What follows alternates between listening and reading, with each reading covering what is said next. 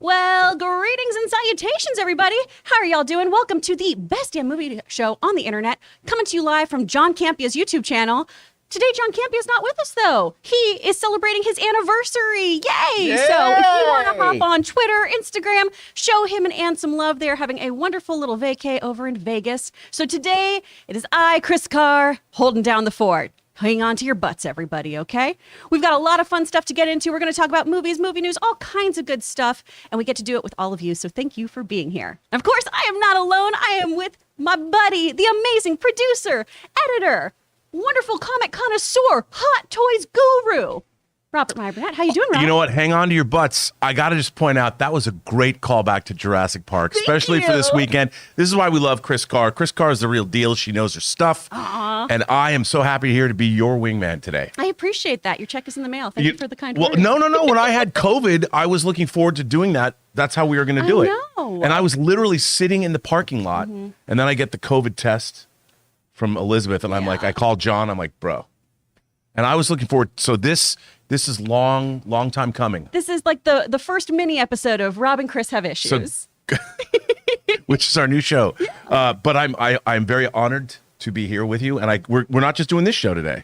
No, we are doing also an after show. Which An is after be show. Really, We'll talk really about that great. later. Yeah. We also, of course, have Ray Ora joining us, and he's joining you in the chat. Ray, how you doing? Hey, I got two things right now. Yeah. I think there's something going on with John and Ann. You know, I think they may be dating. Oh my gosh, do you think so? They've been hanging out a lot lately. How do you feel about that? That's fine. You know, I have a job. Also, this show is brought to you by Aviation Gin. Wow. Very When the professional cat's over away. Wow. the Ray is going to play. And of course, making sure that everything goes smoothly today. We could not do this at all without him. We've got producer Jonathan joining us too. Jonathan, how you doing? I'm doing all right. Good morning, everybody. Y'all better hope I don't get COVID because it's Then we are going screwed. to be a really interesting show. The rest of us do not know how to use any of the buttons or cameras here. So No.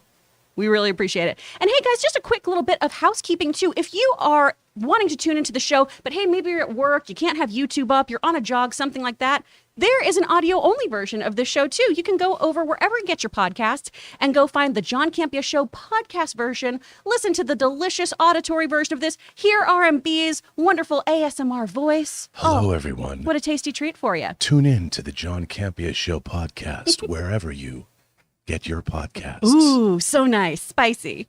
Now, before we get into our main topics today, we do have a few things off the top for y'all. So let's get into those.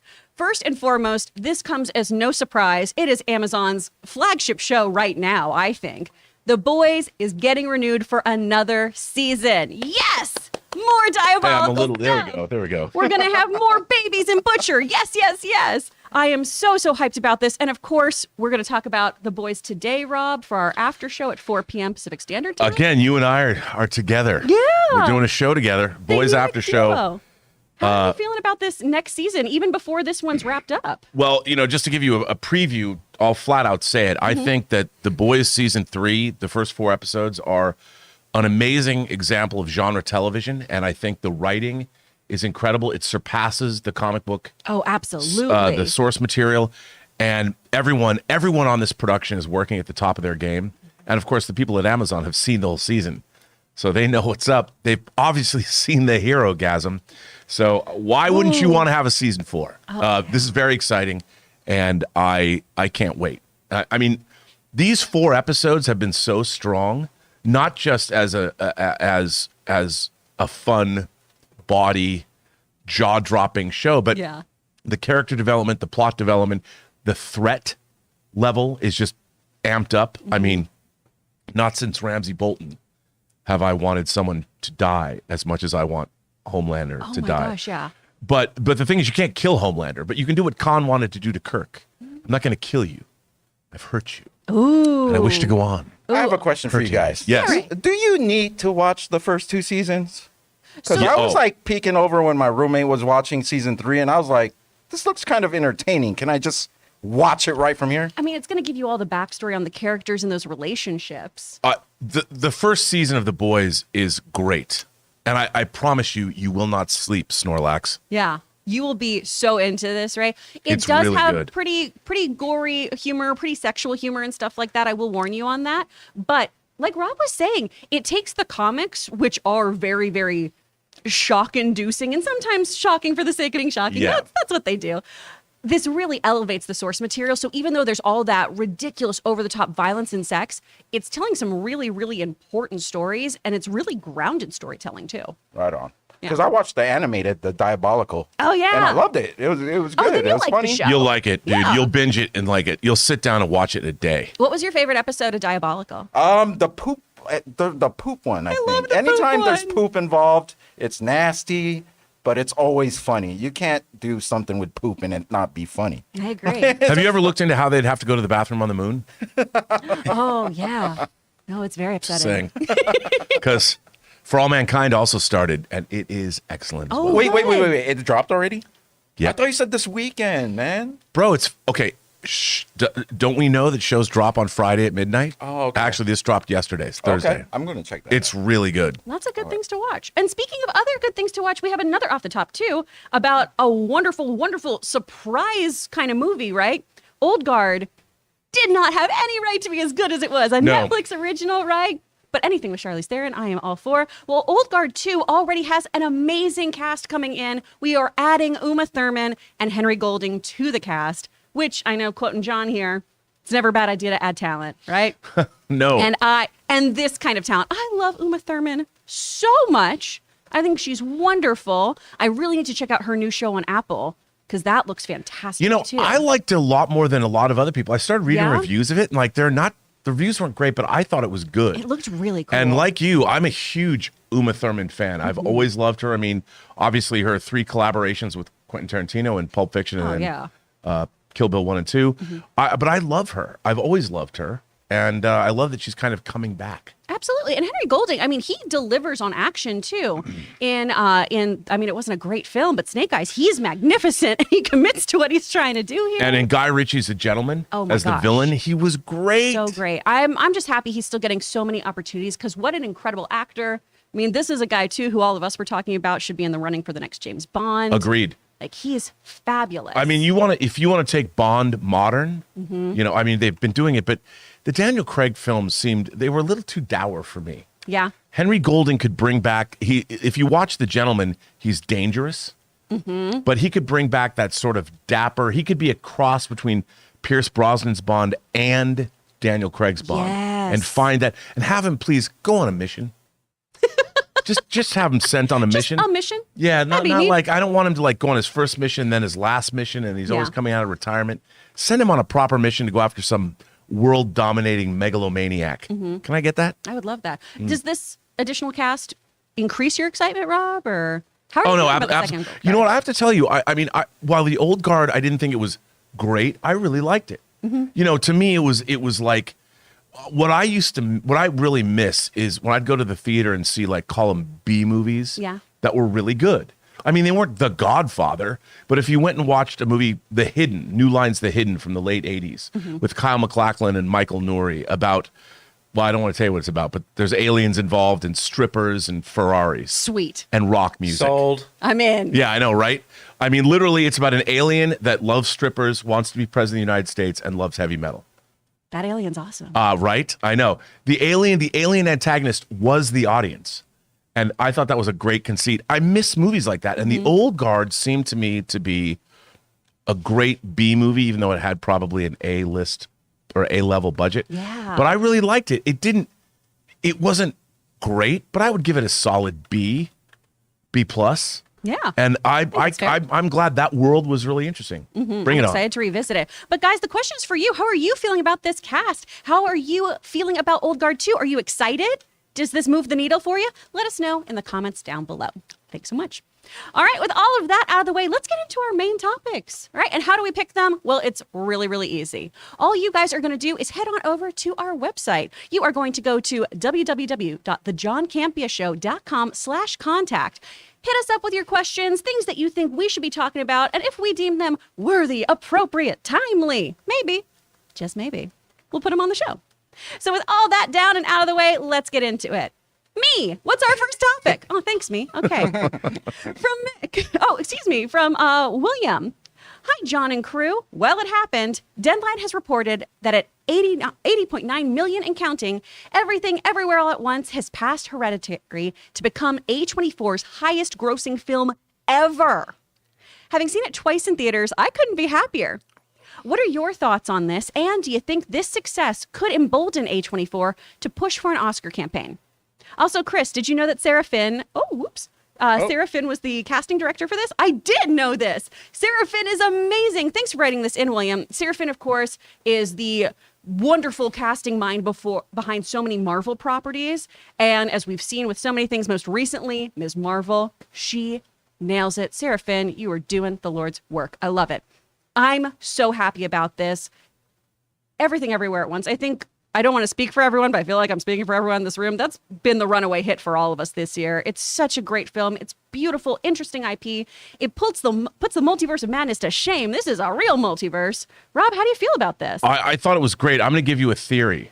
So this was directed by two people that go by the Daniels. Yes. They're going to direct Fantastic Four. Sarah I Finn? would love that. Yes. Okay.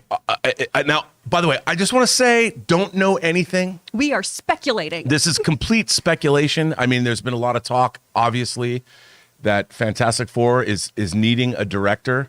Kevin Feige is used to pulling directors. I mean, the Daniels made Swiss Army Man with Daniel Radcliffe, and they've made Everything Everywhere All at Once.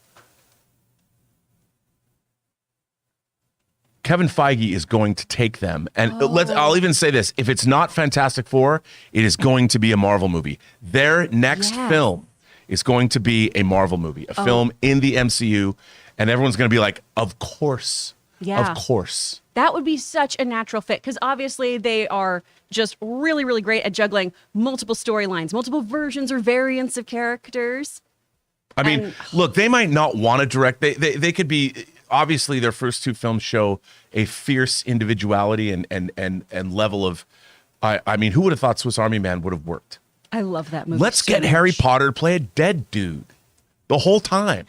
I mean, that was ballsy. But I do think that. And by the way, if Kevin Feige does not pick them to direct Fantastic Four or another MCU movie, it's only because they said, no, they had something even better. And after this movie, if they've got something better than an MCU movie on their plate, well, then I'll watch that too. But I would not be surprised if an announcement is soon forthcoming. Absolutely. Going back to William's question here too, do you think this is going to have A24 really push for an Oscar campaign for this film? Oh, absolutely. I mean, this film is, look, if nothing else, best screenplay. It's a genius screenplay. Michelle Yeoh was great in it. She deserves all the accolades. This film is such a special movie. I mean, people would say, Oscar pundits would say, well, it came out early in the year. So you'd have to mount an Oscar campaign for it. But I think by then, because it's going to streaming, I'll be able to get my 4K disc of it, which is exciting. I think that this film is the kind of creativity that we've been missing. I mean, as far as indie genre cinema goes, this to me was, I mean, it has nothing to do with this movie. But when I saw Terminator for the first time, and I saw the verve and the wit and the action and the directing chops that James Cameron brought to this low-budget movie, it was kind of a joke. I'll be back. It was. I loved Conan, but when you went and saw this in '84, you walked out of the theater going, "Man, this is the shit. This movie is the shit." What's James Cameron going to do next? He did Aliens. This is the kind of breakthrough movie that you don't. It's once in a generation. This film, absolutely, and I don't think that's hyperbole. No, I agree with you full-heartedly. But really, guys, it's up to you. Do you think they're going to push for an Oscar campaign? Are you surprised that this movie is bringing in these kinds of numbers and it's the highest-grossing film for A24 thus far? Let us know in the comments below your thoughts. All right, y'all. Well, with all of that done, we are going to keep rocking and rolling. But first, we are going to hear from one of the sponsors of the show, one of the first sponsors of this show, actually, the good folks over at Upside. Hey guys, we want to take a moment and thank the sponsor of today's video, Upside. You guys remember a while ago, I started using Upside. Upside is an incredible, easy to use app for buying groceries, dining out, or even buying gas. And with every purchase you make at those shops, restaurants, or gas stations, you are earning cash back thanks to Upside. When I started using Upside, I was incredibly impressed with just how easy the app is to use and how easy it is to start accumulating cash that I can deposit directly into my bank account, PayPal, Amazon gift card, many different ways. And like I said, I was incredibly impressed at just how easy and simple and straightforward the process is to start getting cash back now. To get started, just download the free Upside app in the Apple App Store or Google Play. Use my promo code CAMPEA, that's CAMPEA, and get $5 or more cash back on your first purchase of $10 or more. Once you've got the app, just claim an offer for whatever it is you're buying on Upside. Check in at the business, pay as usual with a debit card or a credit card, and get paid. Download the free Upside app and use promo code Campea Show to get $5 or more cash back on your first purchase of $10 or more. That's $5 or more cash back on your first purchase of $10 or more using the promo code Campea Show. And thank you again to everybody over at Upside. Remember, guys, when you use our codes here, those Campea codes, you're not only getting a great deal for yourself, but you're supporting the channel, and we really, really appreciate that. It's a symbiotic relationship. It's beautiful. All right, let's move on to our next topic, and this one is coming from Mick. Hi, John and crew. In the Summer Games Showcase on Thursday, Nick Druckmann, the writer and director of The Last of Us game and co-writer of the show, shared details about the HBO show, revealing a new image that will wrap shooting this Friday, that the show is releasing soon, sooner than people realize, and that the original actors that portrayed Ellie and Joel in the game will star in the show as major roles, not cameos. I think all this is great, and I am more excited to see the show. What do y'all think? All right. Well, there was a little bit of Ghostbusters still left on there, so we'll just ignore that. What do I think? Oh my gosh, I'm so very excited about this. I think this is wonderful. I've been really hyped about this. I really, really have. The Last of Us is such a great game. It's so beautifully done. It's such a cinematic game. It's a heartstrings thing. I give the sides for this to people in my class too, because it shows how really elevated voice acting, particularly motion caption acting, has become in the last few years. Do you have them do it in various cartoon character voices? This one I have them be really, really realistic, because a lot of voiceover casting directors like Andrea Toyas or other people, they have this whole mentality of if it's not HBO worthy, it shouldn't be in my booth, which I think is amazing. Take note, voice actors. But look at this image, you guys. Look at how great Pedro and Bella Ramsey look in this role. Oh my gosh. I love this little like shitty face she is shooting him too. That is pure Ellie energy, and I'm here for it. I love Pedro Pascal taking on the role as Joel too. That's been casting that I've been very excited about. And I'm really happy too that they'll be bringing in the original actors for roles. I think that's wonderful and such a service to them. It's a nice touch. Yeah. I mean, it shows that. Can you imagine you're a voice actor in a video game that becomes one of the most beloved story-based video games of all time, and then they decide to make a TV series, and you're like, oh, not me. Yeah. Not me. And I mean, to be fair, Ashley is much older than Ellie, right? But still, when a character is based off of you down to your movements, down to the blinking you did, that's got to be frustrating. Yes. So I'm so happy they're being included here because all those actors just knocked it out of the park. If you have time, do yourself a favor. You can watch the mocap sessions of this game and watch them on these sound stages interacting with all these fake props, trying to make everything work. And it's really, really incredible to watch. But how are you feeling about the show as a whole, Rob? Well, you know, it's funny. I always talk about how when I first played Uncharted, the first Uncharted, it was the first time I ever sat down and played, call it a story-based video game, that I played from beginning to end. Oh. And it was the very first time I thought to myself that there is a true confluence of movies and games into one thing. I was so wrapped up in the story and the design work of Uncharted. The next time I felt this way was The Last of Us. That was another game. I did not play it all the way through. I don't think you can play it all the way through in 13 hours or whatever. It takes a while. It took days, weeks. Well, I don't know about you two. I'm a much bigger wuss than you. I can't play this at night. Oh, I freak out so much more. And I know that's when you should play it, but the clickers just, Oh, and what's great is to play video games with a thunderous surround sound system. Oh, yeah. Because if games have great sound design, but this I was so caught up in the story and the characters And it's almost like, look, I don't want to sit down. If I'm playing a game, I'm playing a game. I don't want to watch cutscene movies. I've never watched an entire cutscene movie. I have an aversion to it. There's somebody on my own channel who always wants me to watch this one particular game all the way through.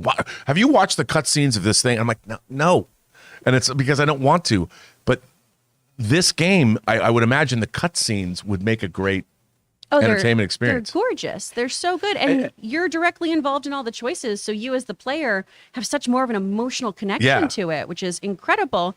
Ray, what are you feeling about Last of Us? I'm just saying, great timing on this. It's just maybe by coincidence, but Pedro Pascal, he's on fire right now, right? Absolutely. So it's like, whatever you feel about his casting, if he's right for the part or not, it's gonna bring people to this show who aren't even familiar with Last of Us just because he's in it. So, and HBO, do you bet against HBO? No, you don't. No, never. Right? They've had some crappy stuff maybe, but that's very rare. I believe this one is going to be good, like on par with what they released. So I'm looking forward to it because I haven't played the game and I'm still looking forward to it. So Oh man. So this will be like the inverse Halo for you because you The inverse Halo. yeah. Well, and I do want to ask everyone too, because obviously we're split in this room. Ray, I know you really enjoyed this movie. You loved Uncharted. And for PlayStation, that did really well at the box office and everything. Critically, though, a lot of people weren't fans of what PlayStation Studios was doing. Do you think this is the movie that's going to make sure that, or show rather, that's going to make PlayStation Studios a winner, or how are you feeling? HBO. It's the HBO I factor? will never bet against HBO. They're just a good production, a place that has good shows, documentaries especially. They know how to do those. Oh, yeah, they do. Hey, man, I'm still waiting for the new Dream On revival. So yeah, I wouldn't bet against HBO at all. Like if this was on anything else, let's say, oh yeah, Last of Us, and I'm sorry to throw you under the bus because you're like the best boxing channel, Last of Us on Showtime, I'll be like, Ooh, shots fired. I give the respect for the boxing, but you know, it's just HBO. I think is on another level than all the other channels. I mean. That's my personal feeling. No, I agree with you. I think that's absolutely true. I mean, they also pioneered, the made-for-cable movie. They brought back John Frankenheimer, one of my favorite directors of all time, to come back when he didn't have much of a career and he was making movies for them. So HBO has a long history of doing great programming. Aside from, what's the Sex and the City sequel? Oh, and just like that. And just like that, that might be one of the worst TV shows I've ever But see, seen. we all remember it because it's so rare that they release something that's you know what I mean? Look, we all remember the titles only because it's so rare. There's a podcast, the Real Housewives podcast that would review and just like that. They hated and just like that more than I hate Star Trek Discovery. And I would tune in. I don't even know these women. I would tune in and listen to their hatred because it filled me with joy. And I don't usually do that. But so HBO stumbled there. So they're not infallible. But this could be a great show. I think this has a lot of potential. But guys, it's up to you. What do you think about this? Does this image make you more excited about the show? Are you pumped that the original cast members from the game are coming into this? Are you happy it's coming out sooner than later? Or does that give you pause that we're rushing something? A lot of things going on here. So hit us up in the comments and let us know your thoughts. All right. With that down, let's move on to topic number 3. Topic number 3? Yeah, that's where we're at. This is from Bryce. So I saw Jurassic World Dominion tonight, and unfortunately, I thought it was pretty disappointing. My wife thought it was okay, though. I guess more people liked it, though, because it has a 79% audience rating. Do you think that high of an audience rating, it could be better at the box office than we initially thought? What do you think? Oh, thanks for writing that in, Bryce. We appreciate it. Yeah, so Jurassic World Dominion is doing better than what critics made it out to seem. And I think we kind of saw this coming, though, of having a pretty decent box office weekend, an opening weekend. And as long as you get people trying to not be eaten by dinosaurs, can it be that bad of a time? Well, apparently, according to critics, it can't be. Rob, I know I felt so bad for you when the critic reports were coming in about this because you were so emotional for the trailer. You love this franchise. Does the 79% audience score make you feel better about it? I have to say that I have had a lot of people write to me, send me DMs on Twitter or Instagram or even on Facebook, and I have never heard more bad word of mouth for a major tentpole property than I have for this film, which makes me sad. Yeah. Because, I love dinosaurs. Like I said, that one shot in the trailer, I wept. The Great Plains, the horses and the dinosaurs roaming around. What I don't understand, Chris, what I don't get is the convoluted nature of the plot of this movie. Yeah. And somebody, I'll tell you who nailed it. And I haven't seen the movie, but it was Jeremy Johns. Oh, we love Jeremy. We love Jeremy. Hung out with him in Vegas. You mean Jeremy Wick? Jeremy Wick. Jeremy Johns said something that I thought was really insightful and very interesting, is that in this movie, the existence of dinosaurs, being that they're all around the world, has been normalized. It's just like, there's just dinosaurs. And I'm like, that is a fundamental flaw to me, because, even though you had this is the 6th Jurassic Park film, if you normalize dinosaurs in the real world, that is a fundamental problem with this franchise, because my inner child needs the awe and wonder that a Tyrannosaurus, if I saw a Tyrannosaurus in real life, if he ate me, it'd be okay, because that would have been the fulfillment of a childhood dream. So if I was devoured by raptors, would not be the same thing. I wouldn't have known that. I wouldn't see them coming. It wouldn't be satisfying. But if I tripped as I was running away from a T-Rex and I turned over and I saw the T-Rex above me and its giant maw came down and took my head in its teeth and just bit down, and my head could live for like a couple more seconds because I had air in my brain. Just die and so I felt happy. if I could see my eyeballs, roll down the gullet of a T-Rex, because there'd be light coming in, his mouth would be open. I'd be like, "It's okay, it's okay, it's okay." I had a good life, and I'm being eaten by a T-Rex. I would feel a sense of wonder. It would never be like dinosaurs. They're just here, And that's what Jeremy Johns brought up, and I thought, that's a really interesting point. You can never normalize dinosaurs. You can't do it, because the whole point is that they shouldn't be normalized. I mean, look, it's got to be this. It's got to be that the whole time. That was a really great reenactment. That's wonderful. what Jurassic Park is. If you take that out of it, you failed. But can I say, just to interject with that, and that's true, but that didn't happen in this movie. That happened in the first Jurassic World, because you had the younger brother totally into dinosaurs, and his older brother like, just want to text my girlfriend. I'm at this millionaires club in Jurassic World, and I have to babysit my brother, and I just want to text my girlfriend. Stupid dinosaur. That already happened in the first of Jurassic World. Yeah, it's true. Maybe I'm an old curmudgeon, and maybe the thing is I still have a sense of wonder, but the whole point was that I was hoping, I'm expectation. What does John say? Speculation versus expectation. I wanted to see how the world would change. And now it's competing genetics companies. Like, look, man, if there are dinosaurs everywhere, your genetic company failed. Yeah. Like, what are you still arguing about? I don't know. I'm still going to go. I completely understand that. We do have this too from our friends over at Box Office Mojo. Let's check this out. Dominion. Oh, another element. There he is. Dominion has hit a new series low at 38% critic rating, but that shouldn't change whether or not the film can fill the dino tracks left by its predecessors. While Jurassic World's $209 million opening, which broke the opening weekend record and is now the 6th biggest of all time, is out of range, Dominion has a shot at matching Fallen Kingdom's $148 million opening. That said, it is looking to open closer to this year's top non-MCU openers, like The Batman with $134 million and Top Gun Maverick with $127 million. And it will have some tough competition flying against Maverick to become the season's biggest grosser domestically. Thanks so much, Box Office Mojo. I don't have high hopes of this really having legs. Do you, Rob? I mean, I say this without seeing the film. Look, don't underestimate the power of dinosaurs to enchant children. That's fair. This is going to sell a lot of toys. I mean, if I was a kid, I'd want to go see this multiple times. I'd be begging my parents. I think that the family audience is going to go. Mm-hmm. But there are people, I can only judge by the people I know that contact me on social media. There are people, even people I know that have, I would say, questionable taste. Sometimes they like things that I'm like, for why? But and even they have contacted me and they're like, bruh, this movie's not good. Oh, no. And I'm like, not even the dino action. Like last night, somebody, a good friend of mine that I trust his taste, he was like angry about it. He sent me an angry text. As a matter of fact, I probably could find it, but it was, I was surprised. I was like, really?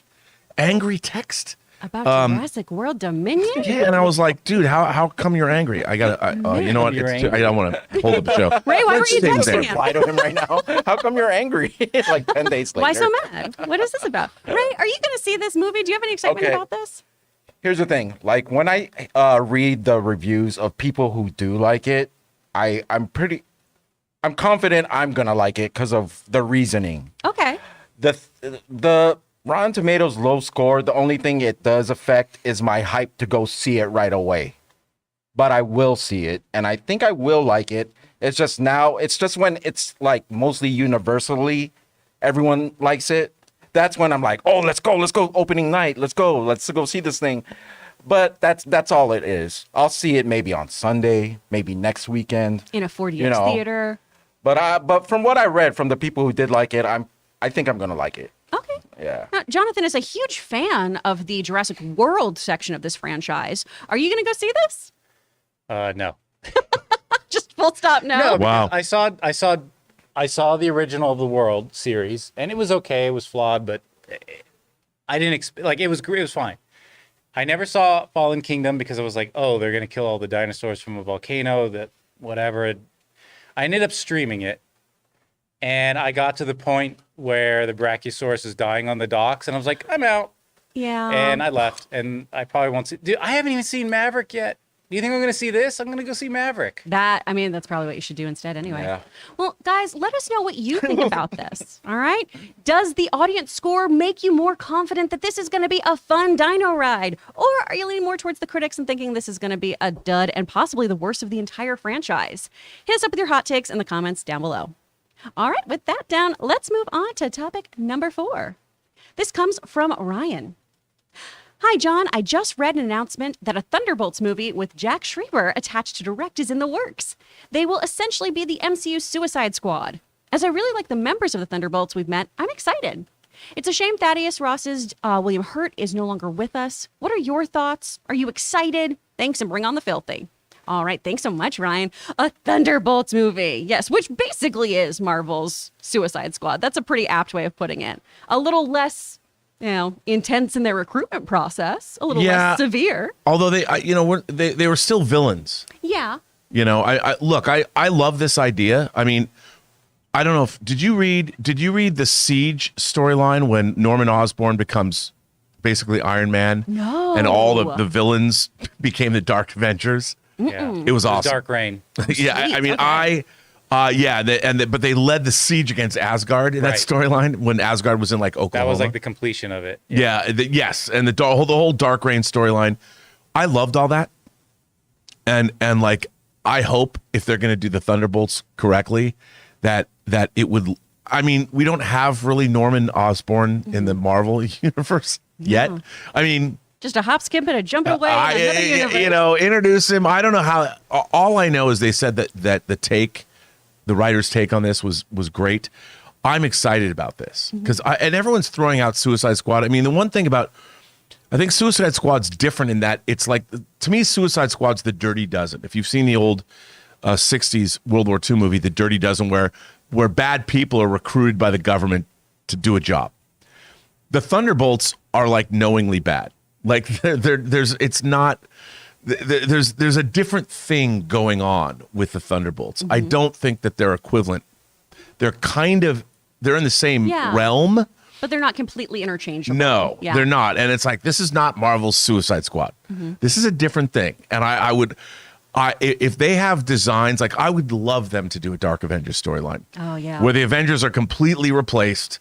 Because did you like that stuff, Jonathan? I love Dark Reign. I loved it. And if they're going to figure out a way to go in that direction, I'm in. Awesome. 100%. Who's kind of your ideal Thunderbolts lineup? Because we've had tons of different folks in there before. Okay, Baron Zemo's got to lead. If I went right now, Baron Zemo leads them. Perfect. Because you know what, he'll do his dance moves. He'll dance, and if Zemo can dance, that was eerily accurate. You like that?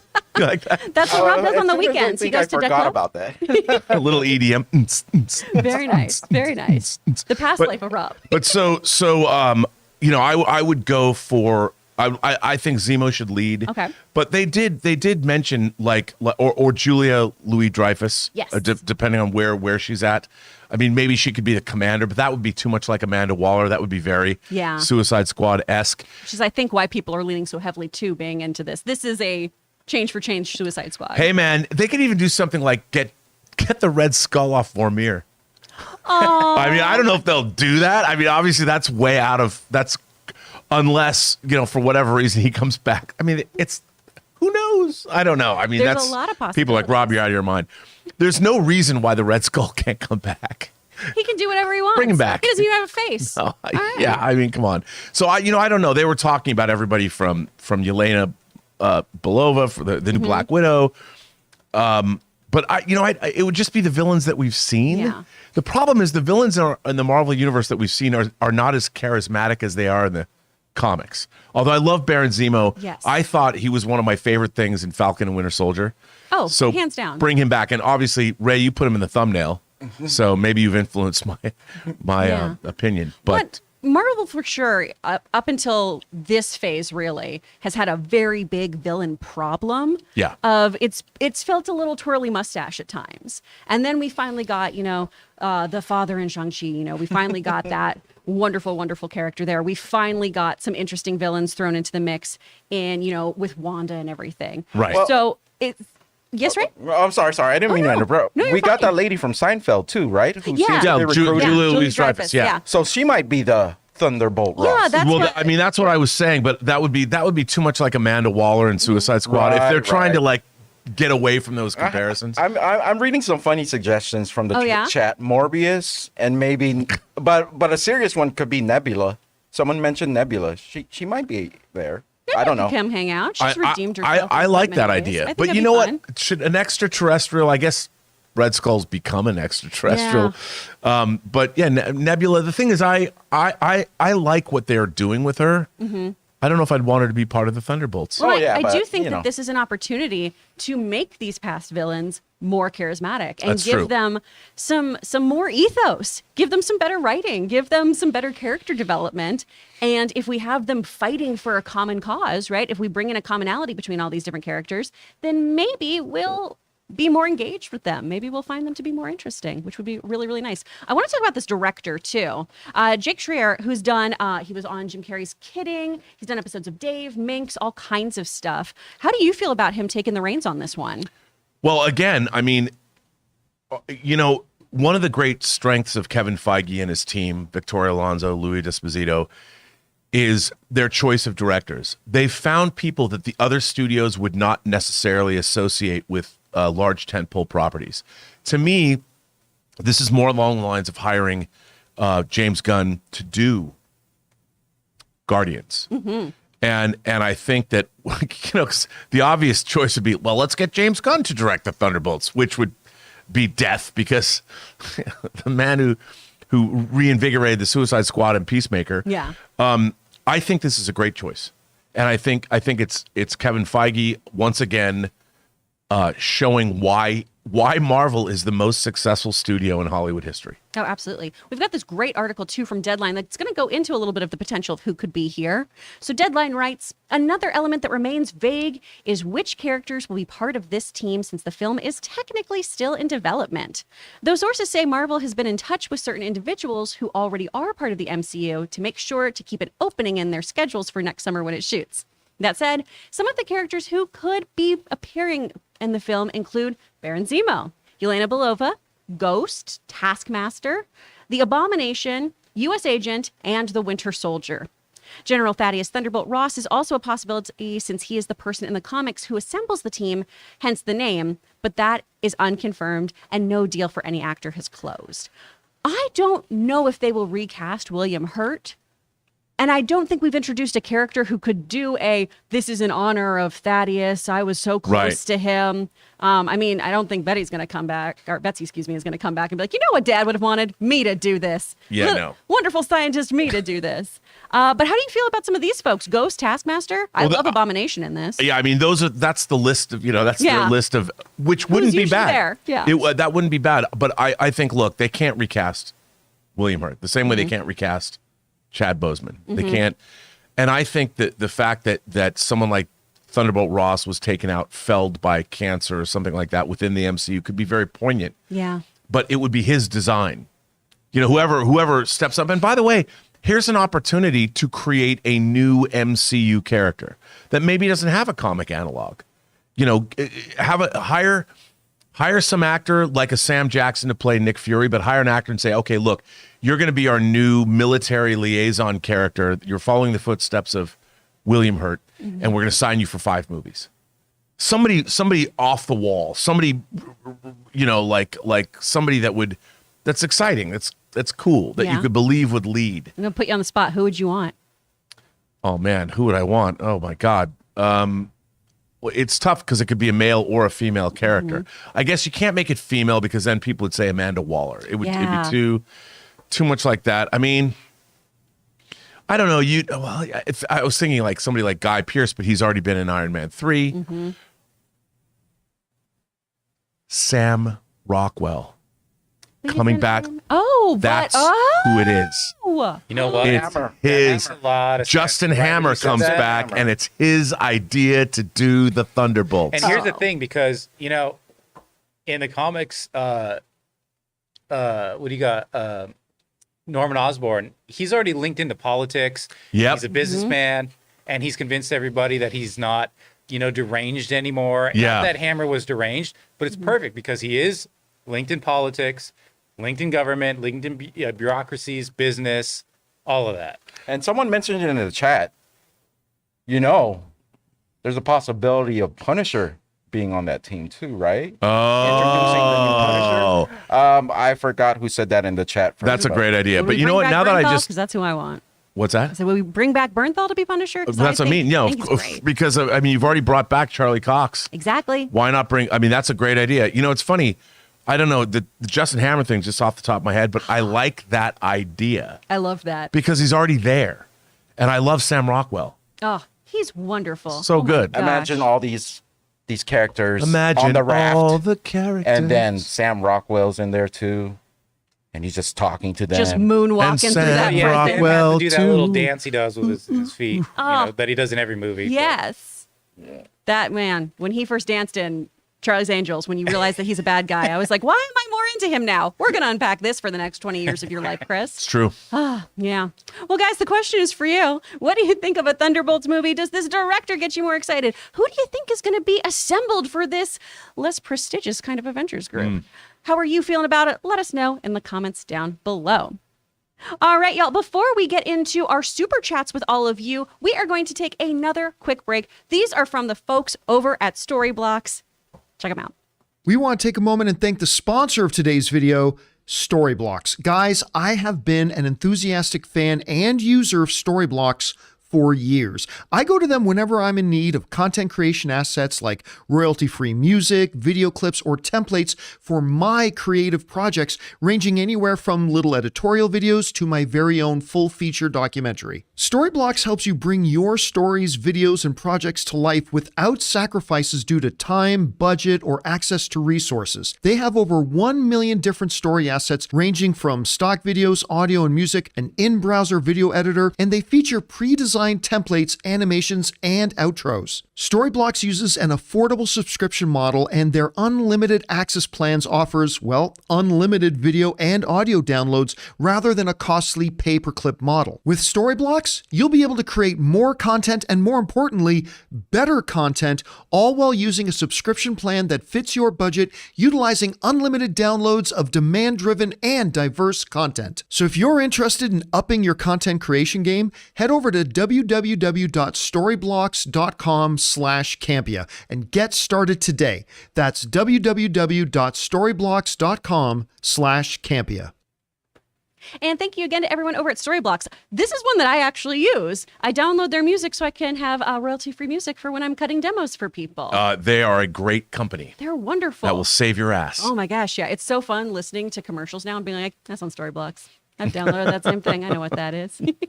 Well, thank you everyone for popping in your questions. Also, just thank you for hanging out with us today. I know it's no John, and I'm trying my best to fill in for him. So I just really appreciate you guys being here with us. You're doing a fine job. I feel like Rob. I'm in good hands. You're taking care of me. Oh, thanks. I feel very supported. I appreciate it. Let's jump into your questions that you guys. Rob, you want to read these off for us? So yes, I will. So we start with Andy. Sends in a super chat. Powerful philosophical question. Ooh. If a Flash movie was made but no one is there to watch it, then does it really exist, Chris? It doesn't. It's not a real movie. I don't understand why I have to keep telling all of you this. Who believes it's real? And you know what? There are people actively working against the reality of the movie.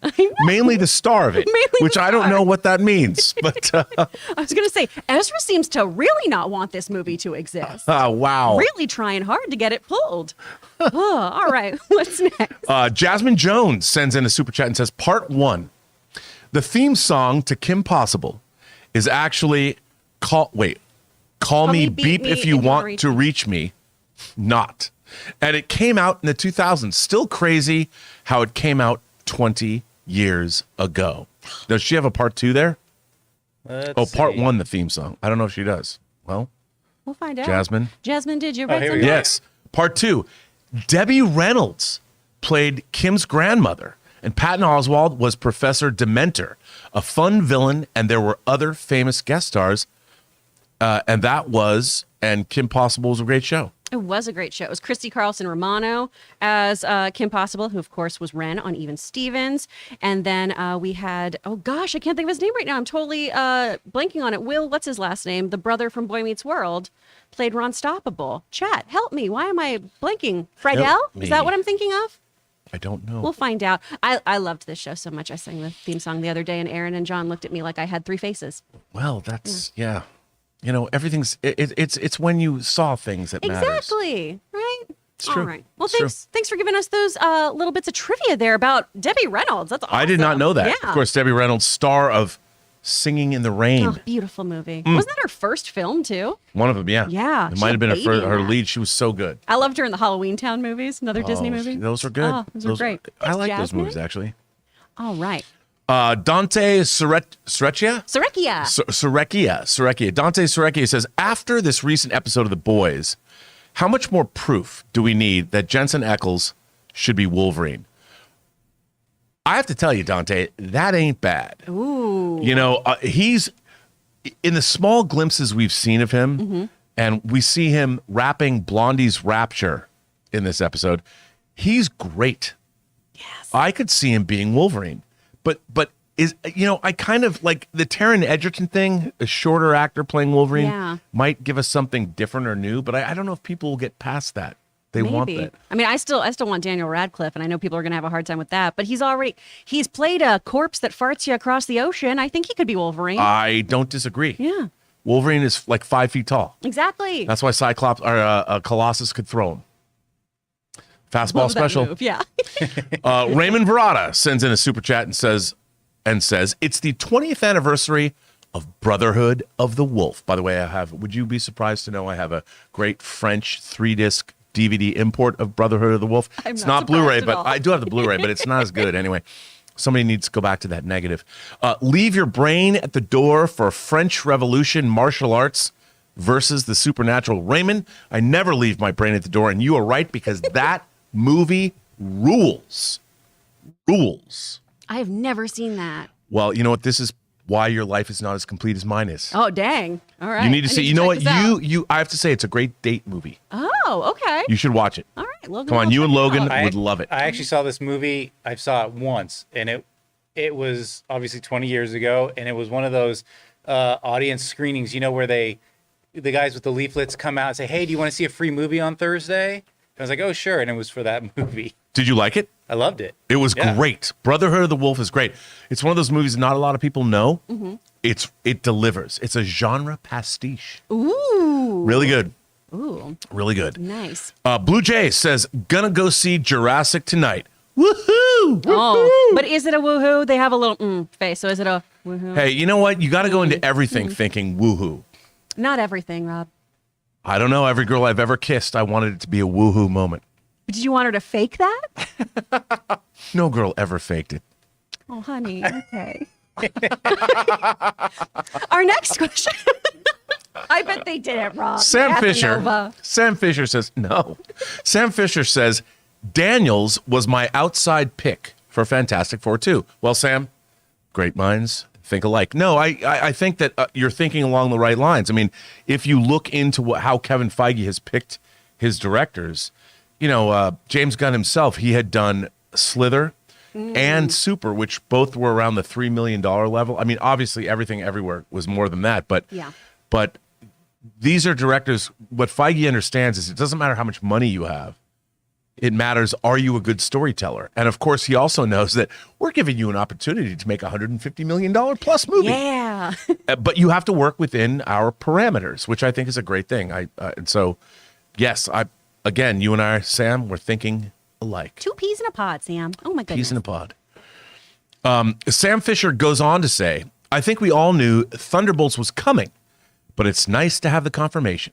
I love your Justin Hammer idea. 14 years is a long prison sentence. I only say that because he's established in the MCU and everyone loves him. He's great. He's an Academy Award-winning actor. Yeah. He's brilliant. And that character is super fun and skeezy. I love him. Not enough people use the word skeezy. I want to bring it Skeezy's back. It's like sneaky, right? Like you wouldn't trust. Like he'll tell you something and he'll look confident, but then a part of you will be like, Yeah. You I have ever a been bad around feeling. somebody who talks and you're like, I kind of want to shower? That's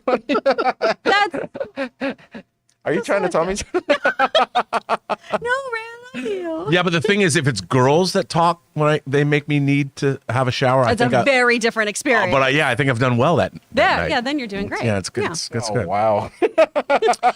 Love Daggerborn sends in a super chat and says, I read online that the creator of Stargate SG-1 is writing scripts for a new series. Are you excited? Are you a Stargate fan? I was going to say, I feel like I'm going to get my nerd card taken away. I've never seen Stargate. Okay.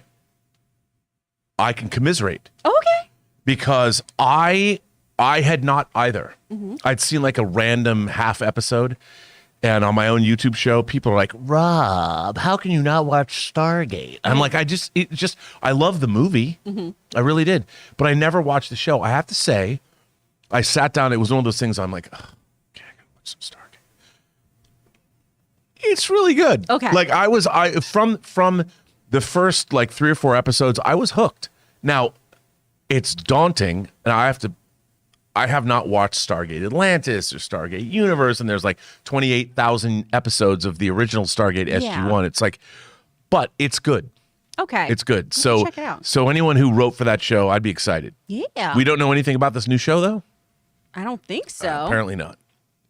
Chad, go crazy about it. Talk to us if you know. Mr. Holbrook sends in a super chat and says, if Warner Brothers was to put The Flash on HBO Max and put it behind a paywall like Disney, would that work? What do you think?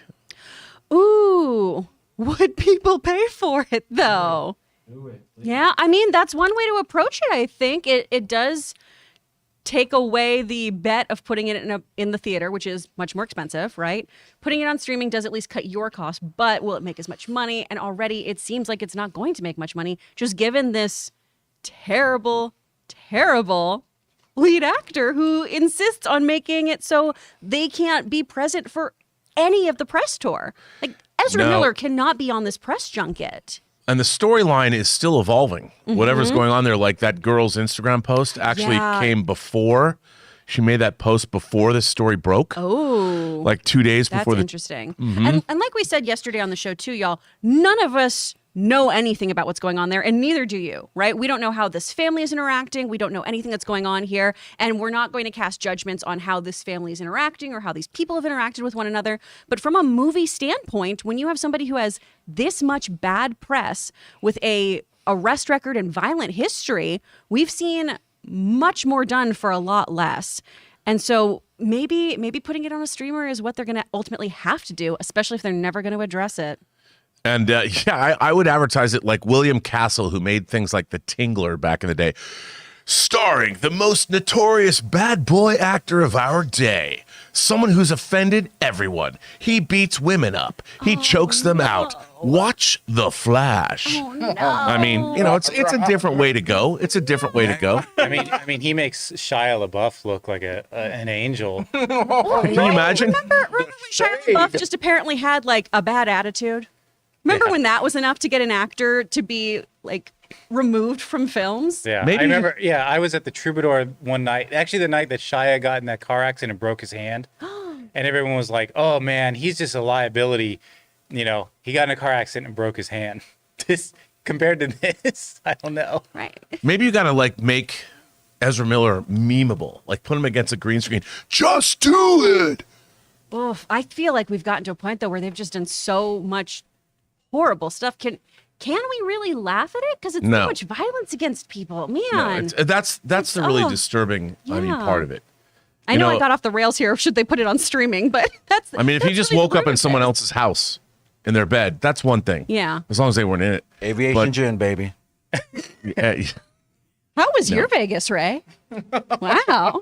We're in Vegas right now. no, it's really. I just hope that he gets the help he needs or I really whatever's hope they going do. on. I And really it, you know, do the studio. They really need to step in and say something. I think Oh, so. hold on. Can I point something out? Yeah. I didn't say that aviation gin as a joke to the Ezra thing. That's not funny at all. I said it because you said this is going off the rails. And that's what I meant it towards. So I didn't want to offend no one just before anyone thinks I'm making light of the situation because it's not funny. But yeah, that was towards Chris's comment. Yeah. That was for me. That was for you. No, but it is very serious, and it's not joke. We shouldn't be joking about this kind of thing. Well, if it goes on streaming, are y'all gonna watch it? Yeah. Yeah. Because look, here's the thing. A movie is a movie. It's the culmination of thousands of people's work. Everybody who worked on that film, everybody responsible for that movie had nothing to do with someone else's behavior in the real world. I think a movie unto itself is, in a way, it's its own thing. And look, you can object to someone's behavior, and that's okay. But what about all those people that worked their asses off to Exactly. make this film that had nothing to do with Ezra Miller's And personal life? Ezra's already been paid, so it's not like, oh, I'm not going to Yeah. support this so that Ezra doesn't get paid. Yeah. Like he's already been paid. He's cashed that check. And also the release date's moving on this film. There's something important in it, right? Like a important storyline piece or something. I'm just getting that from. What about Michael Keaton coming back as Batman? Yeah. So Yeah, I mean, how could I not watch Michael Keaton come back and play Batman in a live action film? I can't. I mean, not. Michael Keaton will be in Batgirl though, and this movie doesn't exist. So how can you stream something that's not there? Well, ultimately, Chris, I would love to see you be proven right. Yeah. Like, imagine if this movie just doesn't It's just really. Kaiser It's gone. Soze's. Yeah, just like that. It's oh, right. Well, thank you for writing that in. We had a lot to say about that. Appreciate it. John would be like, go to the next. Move Go on. to the next. Seconds from Disaster sends in a super chat and says, I hope Miss Marvel doesn't have a villain. This finally feels like a real TV show, so I hope it's a self-discovery story and that life itself is the antagonist. I love that comment, Seconds from Disaster. Seconds from Disaster. I love that. Well, and what is a coming of age story except battling against yourself and your own internal prejudices and belief system about how you're not worthy of things? What a great story. I mean, one of the great stories of all time is man against himself. This man against nature, or should I say people? Yeah. People against nature and people against themselves. And I thought this first episode was delightful. It is. It's so cute and beautifully done. Yeah. And, I had a friend of mine who's Pakistani said that this was the most accurate representation of his own family that he'd seen, that he was laughing at things people wouldn't even know how accurate it was. And I'm like, that's the kind of representation I like. That Yeah. authenticity that gives you insight into something that, or a culture or people or individuals you just don't know. And I loved hearing him say that because I wouldn't know how accurate it was, being the white Jewish boy from Seattle that I am. So I'm glad that it had that kind of representation to it. And I thought it was just delightful. It's charming as heck. I love I it. thought so too. Stubble McShave. How are you, sir? 2022 is the 100th anniversary of Nosferatu and Haxan, Witchcraft Through the Ages. Rob, as a horror connoisseur, I suspect you have them both on Blu-ray. Stubble, all the way from Sweden, the biggest Wheel of Time fan that I know. Oh, nice. Yes, I do. Haxan and Nosferatu. I do have both on Blu-ray. By the way, Haxan, I think did they both come out on Criterion? Haxan did. But yeah, I mean, they're both available. For those of you who don't know, Nosferatu, Max Schreck played Nosferatu, the title character. If you want to, I know I'm going to tell you to watch a silent black and white movie from 1922. But check it out. You might like it. Nice. All right. Next thing. Al Renshaw says, honestly, at this point, I would do either a day-date release on HBO Max or just dump the Flash movie straight to HBO Max if I was Zaslav. Yeah, I feel like that seems like the way it's going to go, right? Until he looks at that bottom line. I just feel like the axe has been very swift financially. It hasn't been as swift, I don't know, morally, which is a company. Oh. It's a company, so I understand. It's not your job to be the moral police, right? But it does make me feel, and a very scientific grown-up term here, icky in my tum-tum when I think about this. You know, so day and date release might be the way, you guys. People in the chat, please keep letting us know too if you would go see it, if day and date release is what you think or streaming is what you think. Keep us looped in about how you feel about this. Look, I'm telling you, if you walked into the Home Depot and you went to the tool section and there's some axes there, and then there's this one gold axe and it's made by David Zaslav. Wouldn't you get that one? Dude, you know what? This axe. They should turn the Warner Brothers licensing, WB licensing, they should absolutely license the axe of Zaslav. Yep. I would buy one. I would buy one too. I would buy it and even I would if it take it to didn't work. LAX. And the tagline on it should be, it cuts always. Oh, that's good. You like that? Yes. Cuts always. WB, hire us. What a brain trust this is over here. Come on. Someone's going to call starting up to get David Zaslav and show him this clip, and he's going to be like, wait, what? Yeah, I'm starting to get the feeling that all of us in here are forgetting that the axe of Zaslav doesn't exist outside these doors. Like, we've No one made it up. else beyond this bubble knows what the hell that means. But the point is, it will at least sell one. Someone will buy it, and that's probably me. We should just make one and sell it to our own viewers. I mean, you know, the Molly Hatchet album cover that has the Frank Frazetta Death Dealer artwork, the famous, he's sitting on he's on the back of a horse and he's looking, it's just look up Molly Hatchet, Frank Frazetta. You'll see that image. That's David Zaslav with that axe. And didn't you go That's axe throwing? it. I did. Chris? I did. What if you had 3 axes of Zaslav in your do bag? great. You know what? I'm going to brag for a second too, right? I didn't suck, which I was really excited about. I was very, very good with my aim. I sometimes did crotch shots though, if I was like doing this on a person, right? That's what my friend Travis kept saying. Where he's like, it's fine. You took out your assailant anyway. Do axes make sounds? Like when you throw them, can you There's hear like them a go? little air whoosh and then the thud when it goes in. But you can't hear go like. No. I mean, you'd have to throw that pretty fast. Yeah. I don't think I'm at that level yet. Maybe And my go tr- through but- the wood. It's just like, Yeah. It's very satisfying, though. I do want to point out here, too, because P. Dot in the chat has brought this up before, of giving the Flash the Death of the Nile treatment, like they did with Armie Hammer. I don't understand how that could be possible when it's the lead of the film, and Yeah, not just the true. lead, but multiple leads are them? What if you said Michael Keaton starring in The Flash? I would do that anyway. Michael I would Keaton watch that. as Batman. Yeah. I would put him in front of the posters, everything. Yeah. And then just have maybe lightning behind him with a silhouette of the Flash. No, Or just call really. it- I'm telling Change you, it to there's ways you Flashpoint. could promote this movie. Yeah, that's what they should do. Yeah. Michael Keaton as Batman in In Flashpoint. Flashpoint. That could work. But yeah, that's my issue though, P. Dot. I know, thank you for bringing it up, of just doing that kind of treatment. Because yeah, we moved Armie to the back of the poster, but it wasn't the death of Armie Hammer's character. It was Death on the Nile. So that's all. All right. What's next? Thomas Badil. I think it's Bombadil. We think it's Tom, like a Tom I think it is Bombadil, Tom yeah. Bombadil. Thomas Bombadil. Yeah, it's like if it was a license plate. Yeah. That's how you do it.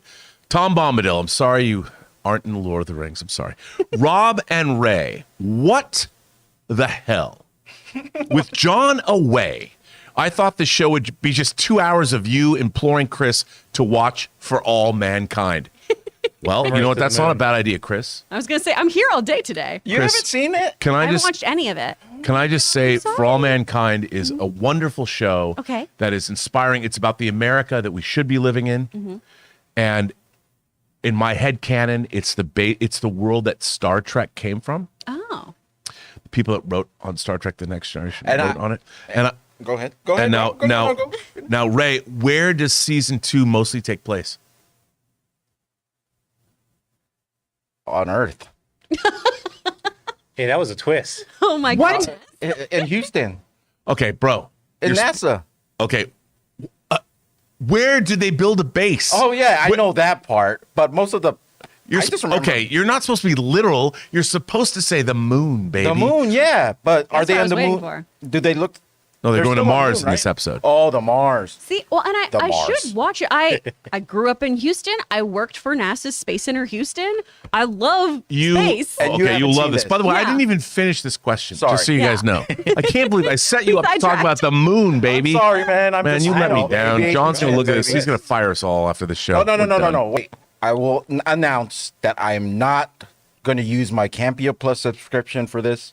The show is that good. I am going to start my Apple Plus today.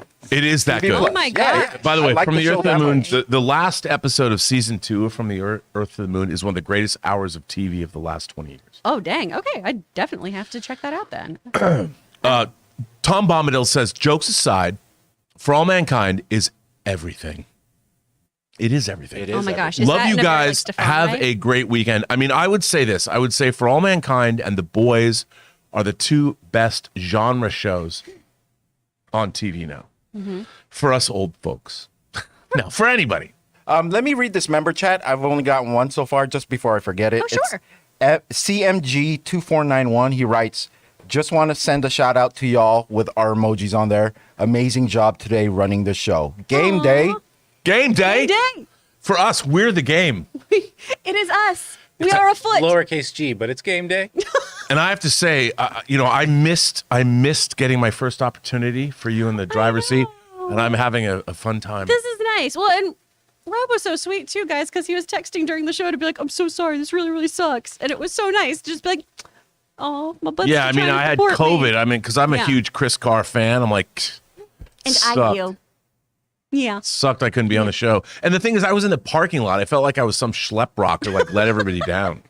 Wasn't good. That's why I'm so excited for us to do a show just the 2 of us too, which will be fun for the boys because that's just our kind of show anyway. Yeah, but you know, we should do our, what's the show you wanted Rob to do? and Chris have issues. We have issues about comic Yeah. books. Yeah. Yeah. And honestly, too, like we did today, I think it'd be really fun for us to just talk about a lot of the deep dives that I haven't read because a lot of my comic information is much more mainstream. Classic comics. Yeah. Go back in and, So and look. I'd enjoy producing that one because I'll just chime in. Yeah. We should do that. Internet, tell everyone you want it. Make it so. John's over there shows going, without you John can't here." just make up shows on the air live. John, you're not here. I can pitch things. What's up? Watch the, hey, if you want to see that show, go down in the comments. Go down. Let us know. Michael Croson says, had my bachelor weekend, stag weekend in Ireland last week, went paintballing. And all I can say is that I'm more Dalmatian than human at this point because of all the bruises. Well, first of all, congratulations on your impending nuptials. Yeah. And also, I think paintball is probably a really good thing to do for. There's a movie coming out. I think it's a foreign film. It might be a I want to say it's a Dutch movie where they paintball at a wedding, but then there's like the undead. Oh no, it's called Blasted. And it's on Netflix, and it's a Dutch science fiction movie where these guys go paintballing for a bachelor party, and there's an alien invasion. I would watch the shit out of that. I know you might think I'm crazy. I swear to God, I saw this trailer on, I think it's called Blasted. But you know what? I don't know what the Irish and the Dutch are like. Don't think that I'm denigrating. One of my dreams in life is to walk around Ireland. That's it. Awesome. Yes, Blasted. Is it Dutch? Yeah. Well, I don't know if it's Dutch, but it's Blasted and it's on Netflix. Yeah, it's in Blasted, and they're like paintballing, and the aliens really show up. Oh my gosh, I would love that. That sounds really cool. That sounds actually. great. It really sounds good. And so let me just say, paintballing in Ireland, one of my dreams, I've wanted to spend like a year of my life walking around Ireland, meeting redheads, and going to every distillery in the country. That's something I would love That's to do. the I did that in Scotland. I love the distilleries in Scotland. I did that with my family. It's so fun. My bachelorette, we went laser tag. We played laser tag, which was great. Same kind of thing. So it was a group of women drinking champagne in a parking lot, and then a 12-year-old boy's birthday party. We're the only two teams. Who won? We did. But my friend who was drunk body checked a child. Like, Wow. It got out of hand. The parents were fun and drinking with us in a parking lot. It was magical. It was real nice. I'm starting to see messages in the chat that are like over under 3 hours and 15 minutes show. How long has the show been going on? I don't even know. We're only at an hour and 9. So we're doing guys, we're great trying on to time. Come on, man. We're managing it well. We're trying to nourish your questions. Like we can move on though If that's what you want, chat. We're just your cruise directors. You pick the actual excursion we're going on. Oh, and I think we missed one down a little further someone said too. we missed one. What's Did the we? name? There we go. Chris Martinez. Because it's just Chris Brasinas says, John's out. Let the Batman Beyond talk happen. Yes. Yes. What a great idea. Yes. Okay, first of all, can For we your just next talk 30 about minutes. now it's going to be over 3 hours. I mean, Now now it is. let me ask you this. Chris, if memory serves, wasn't Batman Beyond a 3-year series? Didn't run for 3 seasons? I believe so. And didn't Batman the animated series run for 4? That sounds The original? Like, Ray, so. can you... Oh, Can you fact check us, Ray? So it's wanna not talk like out my butt? Batman... Look, Batman Beyond was really good. It was a great series. It was a great series. What? So the idea that a Batman... Look, Zaslav killed a Wonder Twins movie. Why there is not a Batman Beyond movie in development or Batman Beyond series for HBO Max, I don't know why. Well, when we were getting Keaton back too, this is the build that I 95. thought was happening was we were going to have him as Old Man Wayne finding his Terry McGinnis, right, and nurturing that relationship. And spoilers if you didn't see Batman Beyond growing up, it was decades ago. I really, really love the nature nurture argument that they have with Amanda Waller facilitating everything. How great would that show be? You've already got Amanda Waller. You've got Michael Keaton. Why not do... I mean, it's Blade Runner meets Batman. Yeah, which as an elevator pitch, how could you say no to that? John Both Campea. Warner Brothers I know. properties. It's Jonathan. It's 99 through what? 99 through. Oh well, the animated series was 92 to 95. For Batman Beyond or Batman... That That was was just for the the Dini animated one. That was series. classic. I got to look Batman up the Beyond was 99 to 2001. So what you said, 92 to 95? That was the animated series. Yeah. So that's 92, 93, 94. So that's that's 4. 4. Yeah. So 3 and 4 years. It's not like Batman Beyond was a slouchy series. No. It was 3 years. Come on, you guys. With, again, Will Friedle doing voiceover work. But I God. think there's so much there. There's such cool, like the way that Gotham is always a featured character in great Batman stories. Batman Beyond takes it to a whole other level with that Blade Runner kind of concept, right? How the tech in Gotham changes the entire mood and flux of that city. How doing these technological implants and weird bits of genetic coding change Gotham crime life is fascinating. You've sold me. It'd be so good. And there's a bit of it in the Batman with the contact lenses. Absolutely. That as soon as that scene happened, I was like, that's the only thing I could think of. This is Batman Beyond technology right here. Why That's the only didn't they scene I just can make watch. that movie? It's interesting that we haven't seen, you know, look, would it surprise you to know that I have a Hot Toys Batman Beyond figure? I would from get that one. from the Arkham games, but I've got my Arkham Slade Wilson fighting my Batman Beyond figure. I mean, come on. Why not do that? It's in the games. I mean, people at Warner Brothers just don't know We gotta make, WB again. David Zaslav, if you're watching this show, and you should, Batman Beyond, HBO Max. Come on now. Call us. We Yeah. got ideas. We What's do. up? What's up, David? All right, what's next? Joel sends in a super chat and says, did you guys see they brought back The Boys comics for a sequel miniseries called The Boys Dear Becky?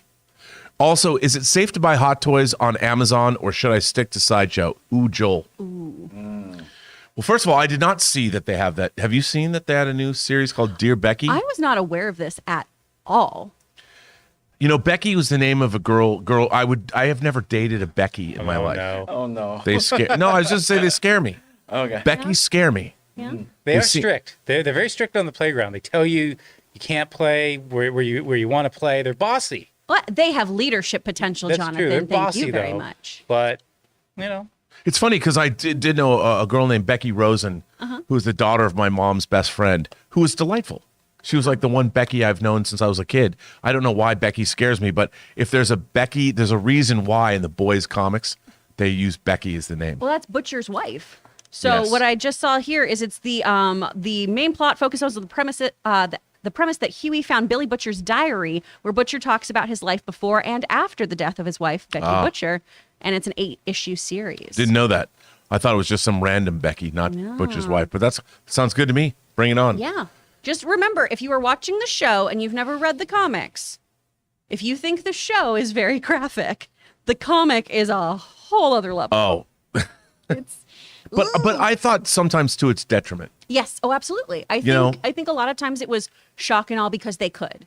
And I love that. I love we can push the envelope, so why don't we just tear it to shreds?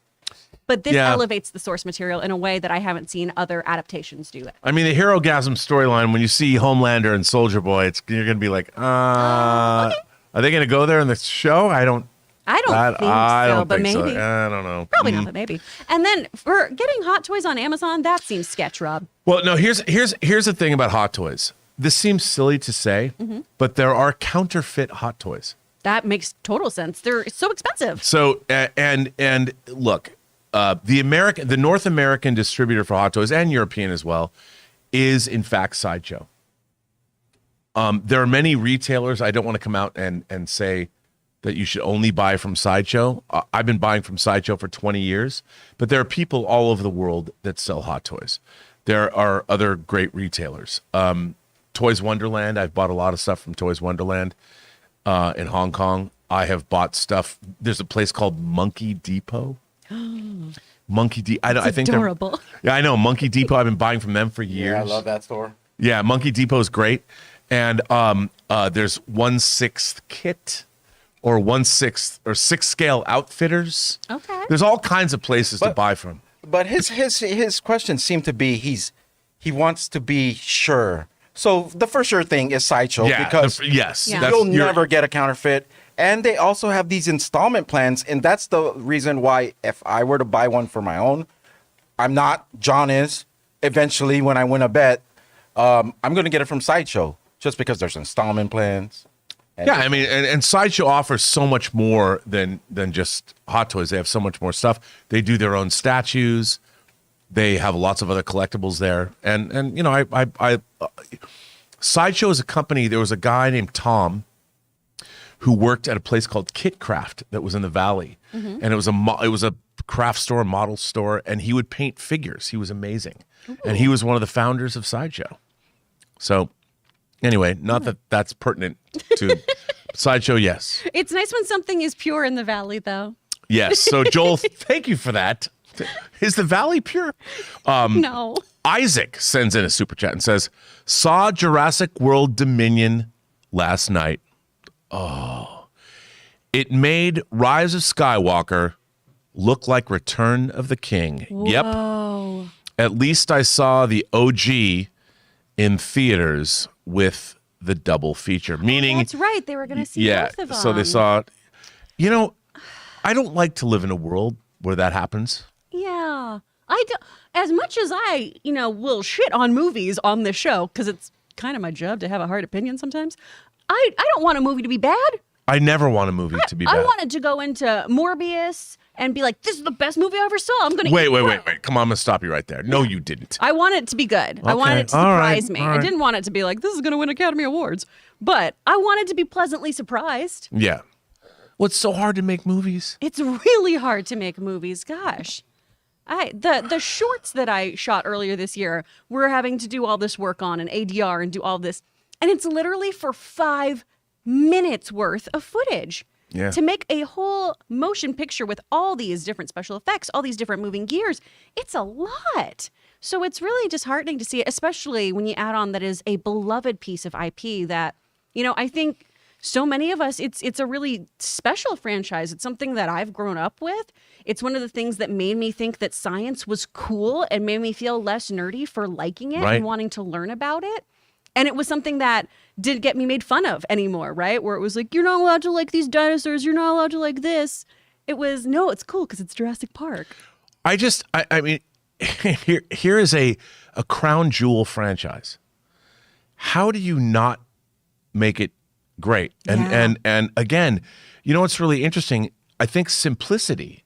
Well, I haven't seen the movie yet, but I've read the plot, and there's different the genetics companies and this. I don't understand why you don't just strip it down. And the fact is, like, it's an allegory for global warming. Just call it that. Yeah. Like mankind has unleashed, instead of pollution and CO2 into the atmosphere, we've unleashed dinosaurs, which is a lot of fun. Now, what happens to our environment once we've changed it fundamentally? There's your plot. Exactly. How do you put that genie back in the bottle? Forget all the engine thing, whatever. And the answer is you can't. So at the end of the day, like our characters, despite their efforts, the world is irrevocably changed. So what do you do? I don't know. Oh, see, and I'm already more interested in that than what I mean, we're philosophically going off on a tangent. Oh. If John's watching this, he's probably texting. He's going to the next question. From Darth. Darth the Pooh, a $20 super Oh, chat. thank you, Darth. That's so sweet. This is an interesting question. Have you all ever had any realistic dreams about any IP? I recently had a dream I was caught in a battle between Thanos and Cap, and it was actually terrifying. P.S. So happy Rob is bored with Strange New Worlds. Thanks. I think you meant on board. Yeah. Not bored. Yeah. I'm on board with this episode. Yeah. Just so you know. But Let's not get too excited. This is a really interesting question because philosophically, these IPs live in our imagination. Oh, yeah. Rent free. Rent free, and we incorporate them into our lives. Do you have realistic dreams? So I almost never remember my dreams. I almost never remember them at all. Come on. No, truly. I almost never remember them. The one I have most recently, I think it was just like a boring, was this a real conversation thing? Because every now and then I'll wake up and be like, hey, so are you going to do that with the violin or are you going to get rid of it? And Logan will be like, what the fuck are you talking about? Well, if you're going to rosin up your bow. Oh my God, Rob. Walk into that with a violin. I didn't bring it up. I was just thinking about The Devil Went Down to Georgia. That's true. That's fair. And he was looking for a soul to steal. And he was in a bind because he was way behind. He was looking to make a This is deal. the pure soul that he'd want to collect. And he came across a young boy or young girl sewing on the fiddle and playing it hot. The devil jumped upon a hickory stump and said, girl, let me tell you what. Dun, I guess dun, you dun. didn't know it, but I'm We a don't fiddle have the player rights to too. this, Oh, Rob. wait. Well, yeah, we're This is sorry. great for the slider shot. Just keep on going. Jonathan's like, it's fine. But if you care to take a dare, I'll make a bet with you. Now, you play a pretty good fiddle, girl, but give the devil his due. I'll bet a fiddle of gold against your soul. That's to think I'm better than you. Whoa. Sorry. There you go. But yeah, I'm boring. I don't remember my dreams. What about you? You know, I have to say that I've had way more realistic dreams about living on the Starship Enterprise than I would ever admit to anybody that's ever known me. I do have realistic dreams about IP, but not in the sense that I exist in that universe. I've had realistic dreams about like being in not being in an MCU movie, but where Thanos might exist if I'm in school and Thanos is my professor. It seems real, but it's not in the reality of the MCU, if that makes any sense. No, it does. So Interesting. Jonathan, do you have any IP dreams? No, I don't think I really ever had IP dreams. I used to have weird dreams. I used to become self-aware in my dreams, so I would know I was dreaming. Ooh. And then it sounds like I'm making it up, but I'm not. I would go to sleep. I'd become self-aware in the dream, and then I would test the limits. So, like, for example, I'd be reading something, and then the words would get blurry, and it's like, oh, right, because I'm making these words up, so I don't know what else to whatever. And then I'd get sick of like an area I was in a dream, and there'd be a door, and I'd go through a door, and I'd be in a new scene. I would test how fast I could run, and then I'd lose control and start like barreling too far forward, and I'd wake up. It sounds like a trip, but I literally used to do that. Oh, wow. But I haven't done that in a long time. You asked. That's wild. we did. Oh, my goodness. Ugh. What else? What is next? Orlando Orego sends in a super chat and says, "Hello, Chris and Rob." Hello. Peacock is showing The Northman. Have you seen the movie? I will watch it this weekend. Orlando, let me tell you, the latest Designing Hollywood podcast is with the costume designer of The Northman. I am a huge fan of that director, The Witch, The Lighthouse, and now The Northman. The Northman was not what I expected, but I still loved it. And it came out on 4K disc this week. It's pretty great. Have you seen it? I haven't yet. Logan's really wanting to see it. And you know me, I'm kind of squeamish about certain types of violence. Oh, hit my mic. And given the show Vikings, there was a lot of eye violence on the show Vikings. Yeah, I don't know. I mean, I think you're okay with eye violence on this. Yeah, okay. There's lots of violence. I do well with stylized violence like The Boys. That doesn't bother me. But sometimes the more realistic stuff can get me, I don't know. Yeah. But it's worth it for the story. I like The Lighthouse. I didn't see the other films because it's you should watch Witch, and Lighthouse is good. Okay. Cool. Well, you know but Yeah. this is Northman is a very worthy film. Sweet. All Check it out. I will check it out. CMG 2491 sends in a super chat and says, "Everything Everywhere All at Once is such a wonderful film, and I truly think A24 will mount an Oscar campaign for the screenplay, director, and lead actor, and supporting actor. Never has a There's a part two. there we go. There we go. Never has a scene between two inanimate objects moved me. Not to mention the line in the movie, 'In another universe, I would have been happy to do laundry and taxes with you.' Ugh, tears. By the way, that's true. CMG 2491, that was a great line. Yeah. And you're not wrong. I mean, what's great about this film is not only is it a brilliant genre movie with an interesting premise, it's all about characters and story and the humanity of it all. Absolutely. Despite all the multiverse gobbledygook, it's always about the characters and their plight. Well, yeah, it's always that first. And all of the rules of the multiverse and everything are so secondary. And they don't take all this time up going, well, let's get really into how this all works. It just works because it does. Yep. That's it. Well, and the thing is, it concentrates on what's important about the story. You can get past all that.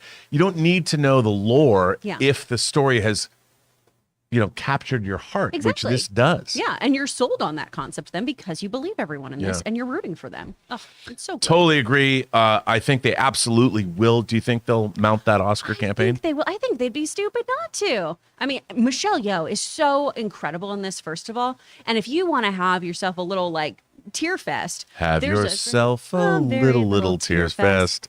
Our Christmas album is going to be great. So good. Oh, man. We'll do some Hanukkah songs, too. It'll be wonderful.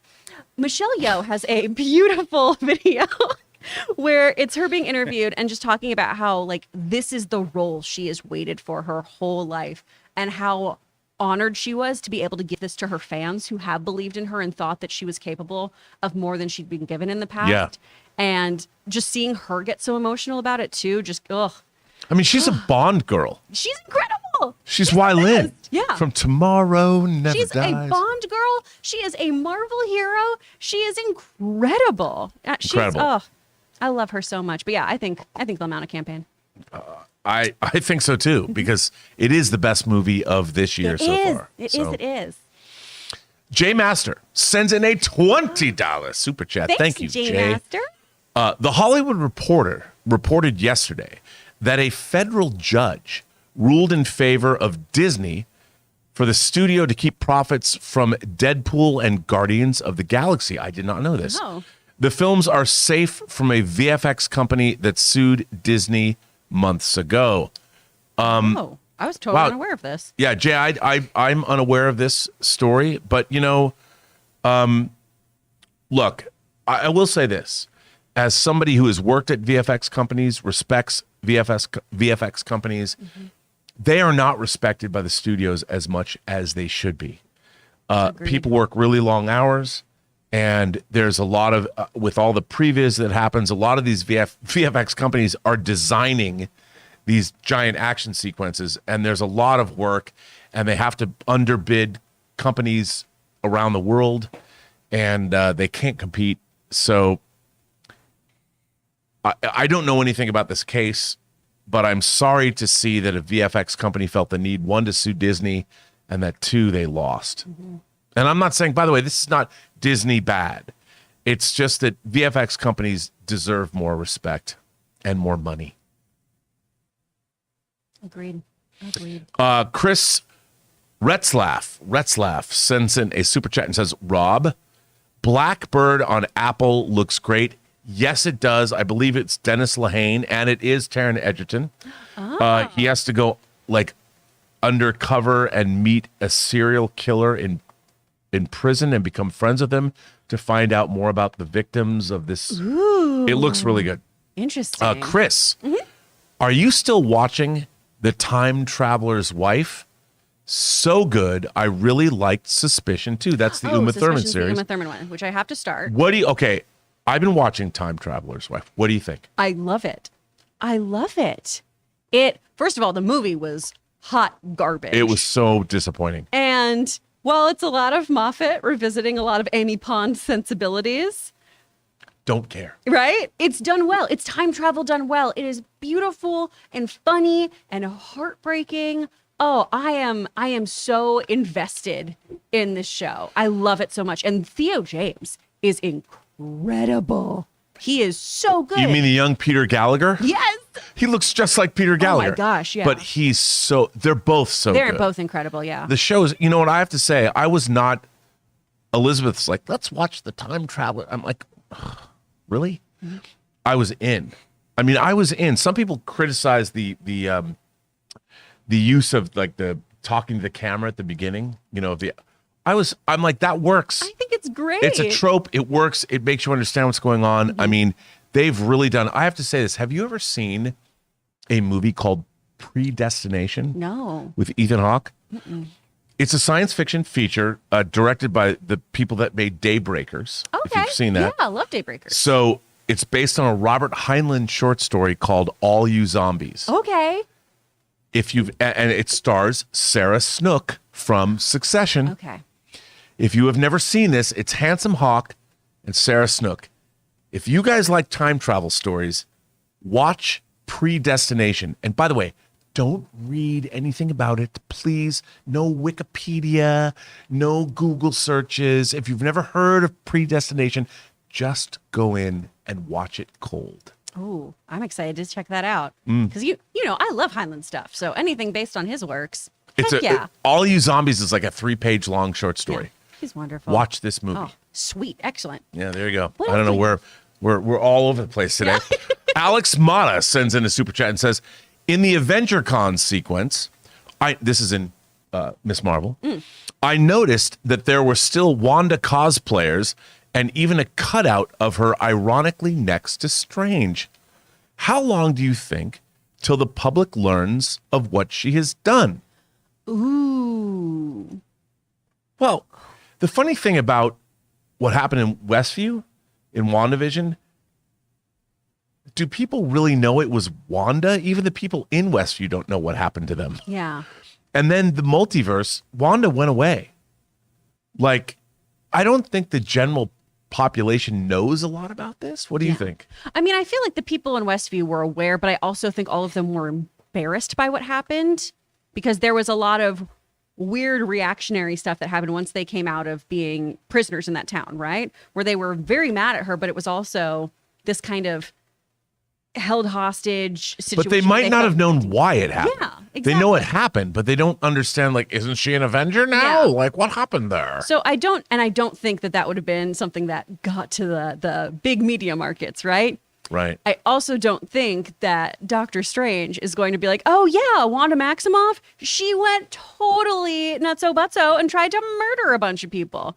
That doesn't seem in character for him. And since it's something that was a contained event, not a attack on New York global scale, right? Right. We did see, of course, monsters in New York, but we didn't see Wanda being that monster in New York.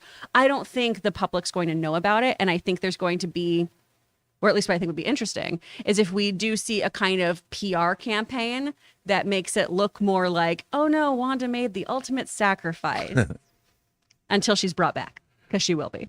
Well, also, I mean, I want to know about the cosmology of all this. Mm-hmm. So when Arishem the Judge shows up over the UK and a Celestial's cracking its way out of the Indian Ocean, what does humanity think? Right? Are they going to pay attention to, like, what happened in Westview? There's so much craziness, and when we live in a world where you've been snapped away Exactly. for 5 years, you're just like, what does the Vatican have to say about what Thanos did? Yeah. Well, and they brought this up in Shang-Chi too, of like, we live in a post-snap world. Like, Yeah. I'm not surprised by a bunch of this stuff. Yeah, it's like, whatever. So there's a judge judging humanity from space. That's fine. I was snapped away for 5 years. I turned into dust. Yeah. And then I was brought back. It's wild. But it's a good, I think they need to address it, though. I do too. Yeah. They do. Sam Fisher says, did you see the image of Johnny Bravo recolored to look like Captain Pike? Oh, I did. It is glorious because his hair keeps getting bigger. Sam, all I have to say is I had a friend named Sean Fanning. He passed away in 2011. He had Captain Pike's hair.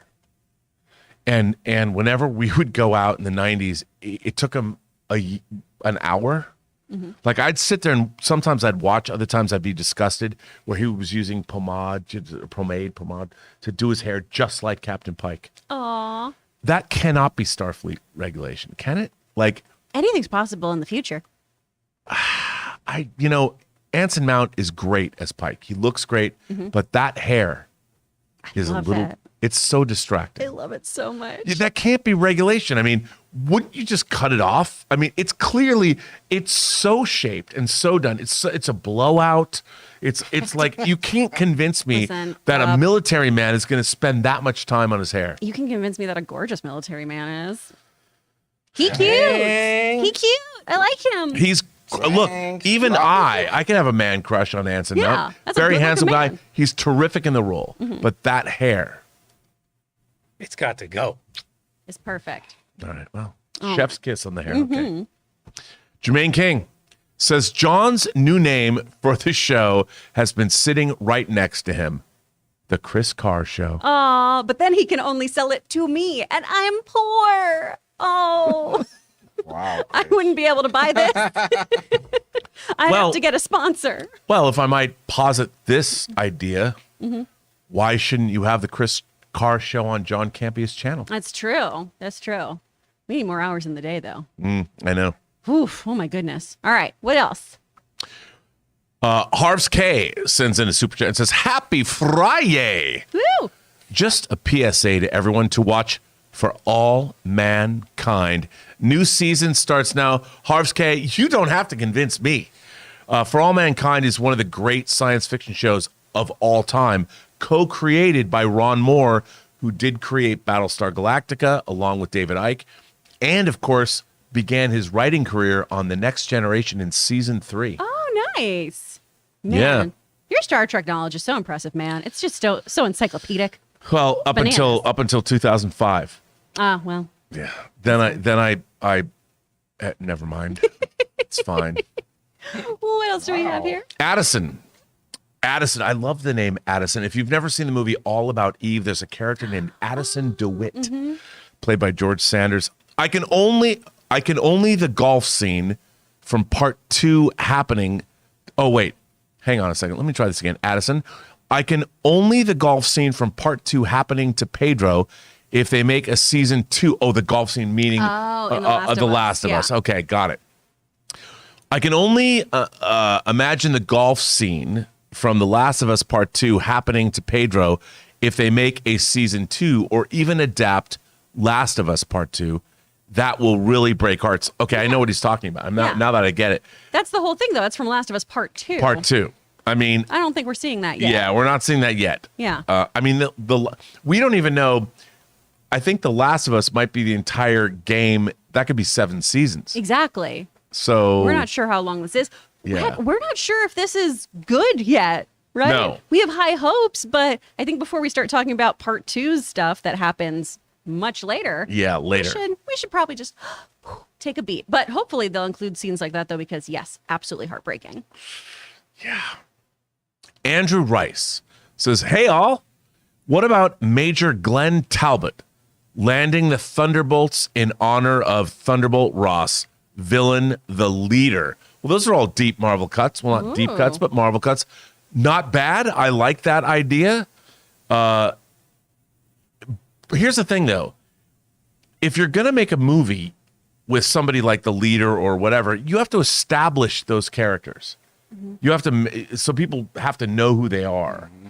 And I think in doing that, then you'd have to take up you're going to have to take up valuable story real estate anyway. But that's a tough call to introduce a bunch of new people. Yeah. Well, and this also, if it's Talbot, we also then do have to decide whether or not if S.H.I.E.L.D., as agents of S.H.I.E.L.D. exists within the greater MCU, because we had General Talbot in that. Yep. The same actor who played Nathan Petrelli on Heroes. Yep. Who I absolutely love. I think he's a wonderful actor. But then we have to decide, okay, if we bring him in, is it still that version of him? Does this then make other things canon? Which obviously, like Kevin Feige, you can pick and choose whatever you want. It's your universe, baby.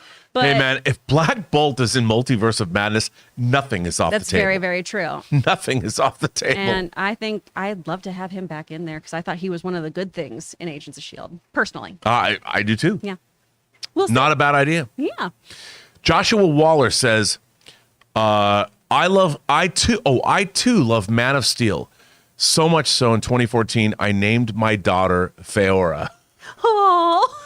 Well, first of all, kudos to you. First of all, kudos for having a daughter. Yeah. And super kudos for calling her Feora, because that's a cool name. That's a really beautiful name. It's a really beautiful name. And by the way, in 10 years, no one's going to ever ask where that name came from, because nobody likes Man of Steel. It's Only true. we like Man of Steel. Yeah. And it's not going to be like a Daenerys situation where people go, you named your kid that? Yeah. Yeah. Pharaoh was strong, and she stuck up for what she believed in. Yeah. That was a great choice. Oh, my goodness. Wonderful. Absolutely. Well done. By the way, congratulations. Yeah.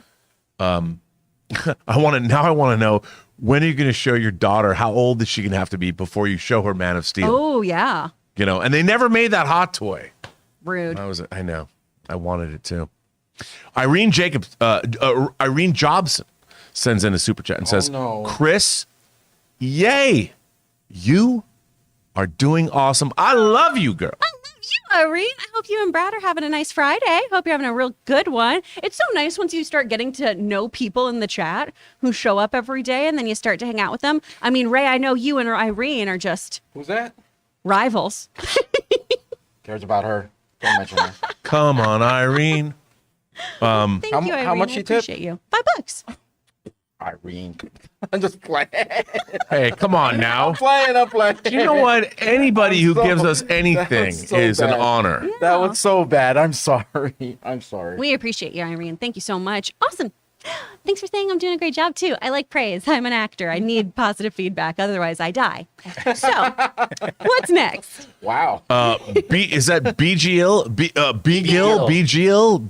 Beagle Studios sends in a super chat and says, I was thinking about your James Bond fan cast with Henry Golding.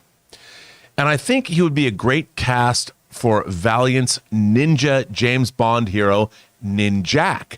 Just a thought. Bring on, there's no F. Bring on the Filthy. Yitty. Bring Bring on the yayo. Sorry, I'm just kidding. Actually, by the way, this is a great idea. I love Ninjak. I love that character. I love that. No, I think Henry Golding as Ninjak would be great. And I think they've actually been trying to make a Ninjak movie. Oh, okay. But you know what? After Snake Eyes, I mean, it's like Henry Golding's like, let's make a martial arts character. I think after Snake Eyes, I don't think you can try doing Ninjak with him. Mm-hmm. I mean, I think you've got, look, I think Henry Golding's greatest move was doing Guy Ritchie's The Gentleman. Absolutely. Because he was so good. Mm-hmm. I mean, look, he's suave and debonair and handsome. And let's face it, he's Asian, but not too Asian. So he's palatable for so many audiences. Oh my God. No, but it's true. I mean, but come on, man. You know what I'm saying. Right. I mean, it's like, look, I love Tony Leung. I said many times on this show, if I could be Asian, I'd be Tony Leung. I love him so much. I loved him in the Mood for Love. As a matter of fact, my favorite romantic lead in any movie ever is Tony Leung in Wong Kar-wai's In the Mood for Love. That guy wears a linen suit better than anyone I've ever seen. And I want to be him. But Henry Golding, you know, he's you can't just, everybody says he's like the one go-to guy that everyone's mentioning. He can't be the only guy. Absolutely. Like Ninjak, I would like to see, look, let's get a Chinese national to play a real, like Tony Leung. Mm-hmm. Let's see him come in and play Shang-Chi's dad. That was awesome. He's one of my favorite actors of all time. If you've never seen John Woo's Hard Boiled, my God, is Tony Leung. Tony Leung and Chow Yun-fat. Those guys, that is Lethal Weapon. That is Mel Gibson and Danny Glover. That's what I want to see. Henry Golding can't play everybody. Yeah. You know what I mean? Ninjak, he could be great. James Bond, he could be great. But he can't be the only guy. Exactly. Well, and there's always a conversation too of I guess it's just us folks up against for this role. And it's a really stupid way to approach casting, right? Anyone can play any part. Anyone really can. And if it is something very, very specific to having somebody playing a character like we've seen too, like Shang-Chi, obviously we can't have some white dude roll in and play Shang-Chi. No. That's not going to roll. No, but you the can't. same thing is the reverse though. We don't have to have only, Asian actors playing Asian roles. That's ridiculous. And I love that a lot of these actors too are breaking through these molds. And that's one of the reasons why I like him for James Bond too. So we can address a lot of honestly small-minded ideas when it comes to casting. Well, also the idea that, in Britain, there's all kinds of people. Exactly. Britain's a very cosmopolitan country. Mm-hmm. And what I would like to see, I'm a huge fan of Asian cinema. I grew up watching Japanese science fiction. I loved Chinese martial arts films. When I watched John Carpenter's Big Trouble in Little China, and it was based on Zoo Warriors of the Magic Mountain, I was like, that film... And it didn't do well. In the summer of 1986, when Big Trouble came out, 20th Century Fox had 3 genre films. It had The Fly, it had Aliens, and Big Trouble. Big Trouble was beyond, people were like, what is this? What is this? They didn't get it because they hadn't seen Asian fantasy film. The wuxia genre had not penetrated to the American market yet. Mm-hmm. Now people look at Big Trouble and they're like, oh, we get it. Yeah. Because they've seen all those movies.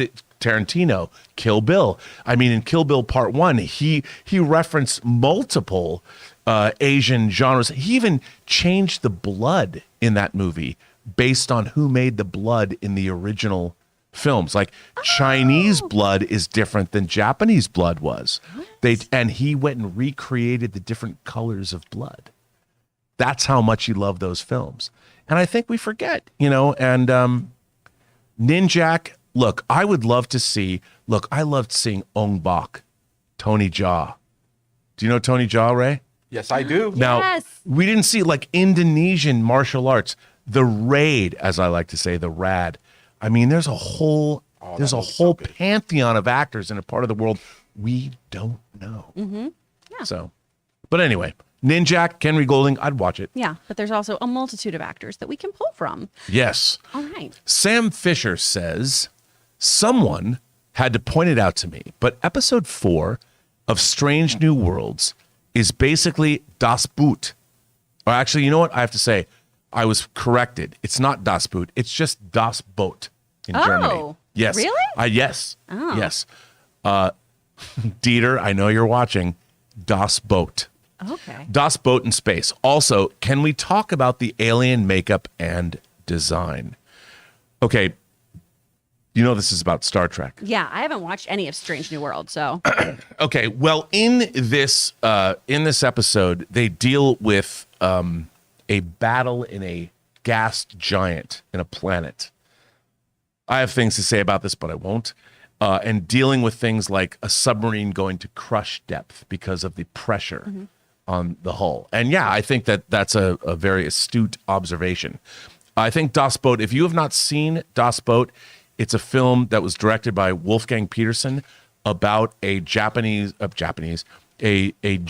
U-boat in World War II. And it's from their perspective, and it's terrifying and awesome. And it's an amazing film, and it shows the horrors of war from the German perspective. And it's incredible.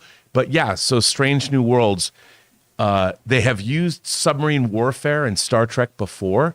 In the original series, in the first season, Balance of Terror, which is basically a retelling of Run Silent, Run Deep. I thought they're fighting the Gorn. It's good. It's interesting. I need to check it out. Check it out. Before we begin, I was working on like the off the top, so I missed a member chat and it just scrolled past, so I can't get it. But somebody was asking what your guys' thoughts on the Sandman trailer and your anticipation. If I don't have his Chris? exact words, but Oh man. Can Well, you- we talked about this is how do you make a trailer for this first of all, because it's so much to cover and it's a bananas ethos. There's so much going on throughout all of this. So this, if you've read the comics, there are all those moments of this is amazing. Oh, there's that. Oh, there's this. And if you haven't read the comics, I'm sure you're just like, this looks interesting, but what the fuck is this? The Sandman is my favorite comic series of all time. It is a comic book series that is literally about the art of storytelling and what storytelling means to us as mortals. And I agree with you. Like, the funny thing is they don't do a good job. No one knows who Morpheus is. Yeah. No one knows who the Sandman is, and they've not done anything to tell you this. And I would have thought a trailer would have said, here is the Sandman, here's his deal. He is Dream of Yeah. the Endless. And when you dream, you go to his realm. All creatures everywhere in the universe go to his realm. You would never know this No. from the trailers. And it really is a teaser, right? I mean, it is just to let us know, hey, this is dropping on Netflix. But if you know the show, I was like, exactly. oh, Well, and especially that end character over the shoulder shot we get to where it's, yes, okay, bring it on. If you have not read these comics, y'all, truly, they are some of the greatest graphic novels that I think have ever been written. Neil Gaiman is so wonderful. All of his work, from his novels to his television show writing to his films. I mean, he is brilliant and one of my favorite writers. oh yeah. But the way that he can play with not only mythological lore, but also superhero genres and just real world issues and things within this realm he's created is fascinating. No, I agree. I mean, what I love about the Sandman storylines, you just never knew what happened. Like one day, hey, let's do a Midsummer Night's Dream. And you'll find out how Will Shakespeare was connected to the Sandman. Yeah. And it's amazing. And also, I love the fact that one of the great strengths of the Sandman was they incorporated all of the world's religions, all of our belief structures. They all existed.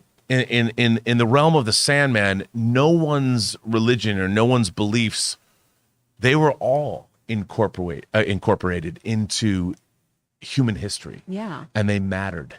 And I loved it. It's so well done. It's so well done. Oh man. So we're pretty hyped about the show. We're pretty excited. I thought the trailer was intriguing, but I do think they're kind of trying to skate off the reputation of the Sandman. I think they need to educate the audience. That's fair. I think maybe then I'm just so excited because when I have non-comic book friends, I get the, what is this about? And then it's Yeah. Well, let's tuck in and I can talk to you about some stuff. Sit down with Mama Car for a moment. It's true. It is true. Indeed. Daniel Skinner. Oh, wow. Well, wow. This is a question. Thoughts on American Psycho, From Hell, Crank, and Grown Ups? The 4 movies I walked out of. What a varied list. Wow. What a wild set of films for Daniel to go, these aren't for me. What's nice is there's no through line except for you think they're bad, which I think is fascinating. And one of them is based on an Alan Moore comic, which is adjacent to Neil Gaiman. Yeah. Yeah.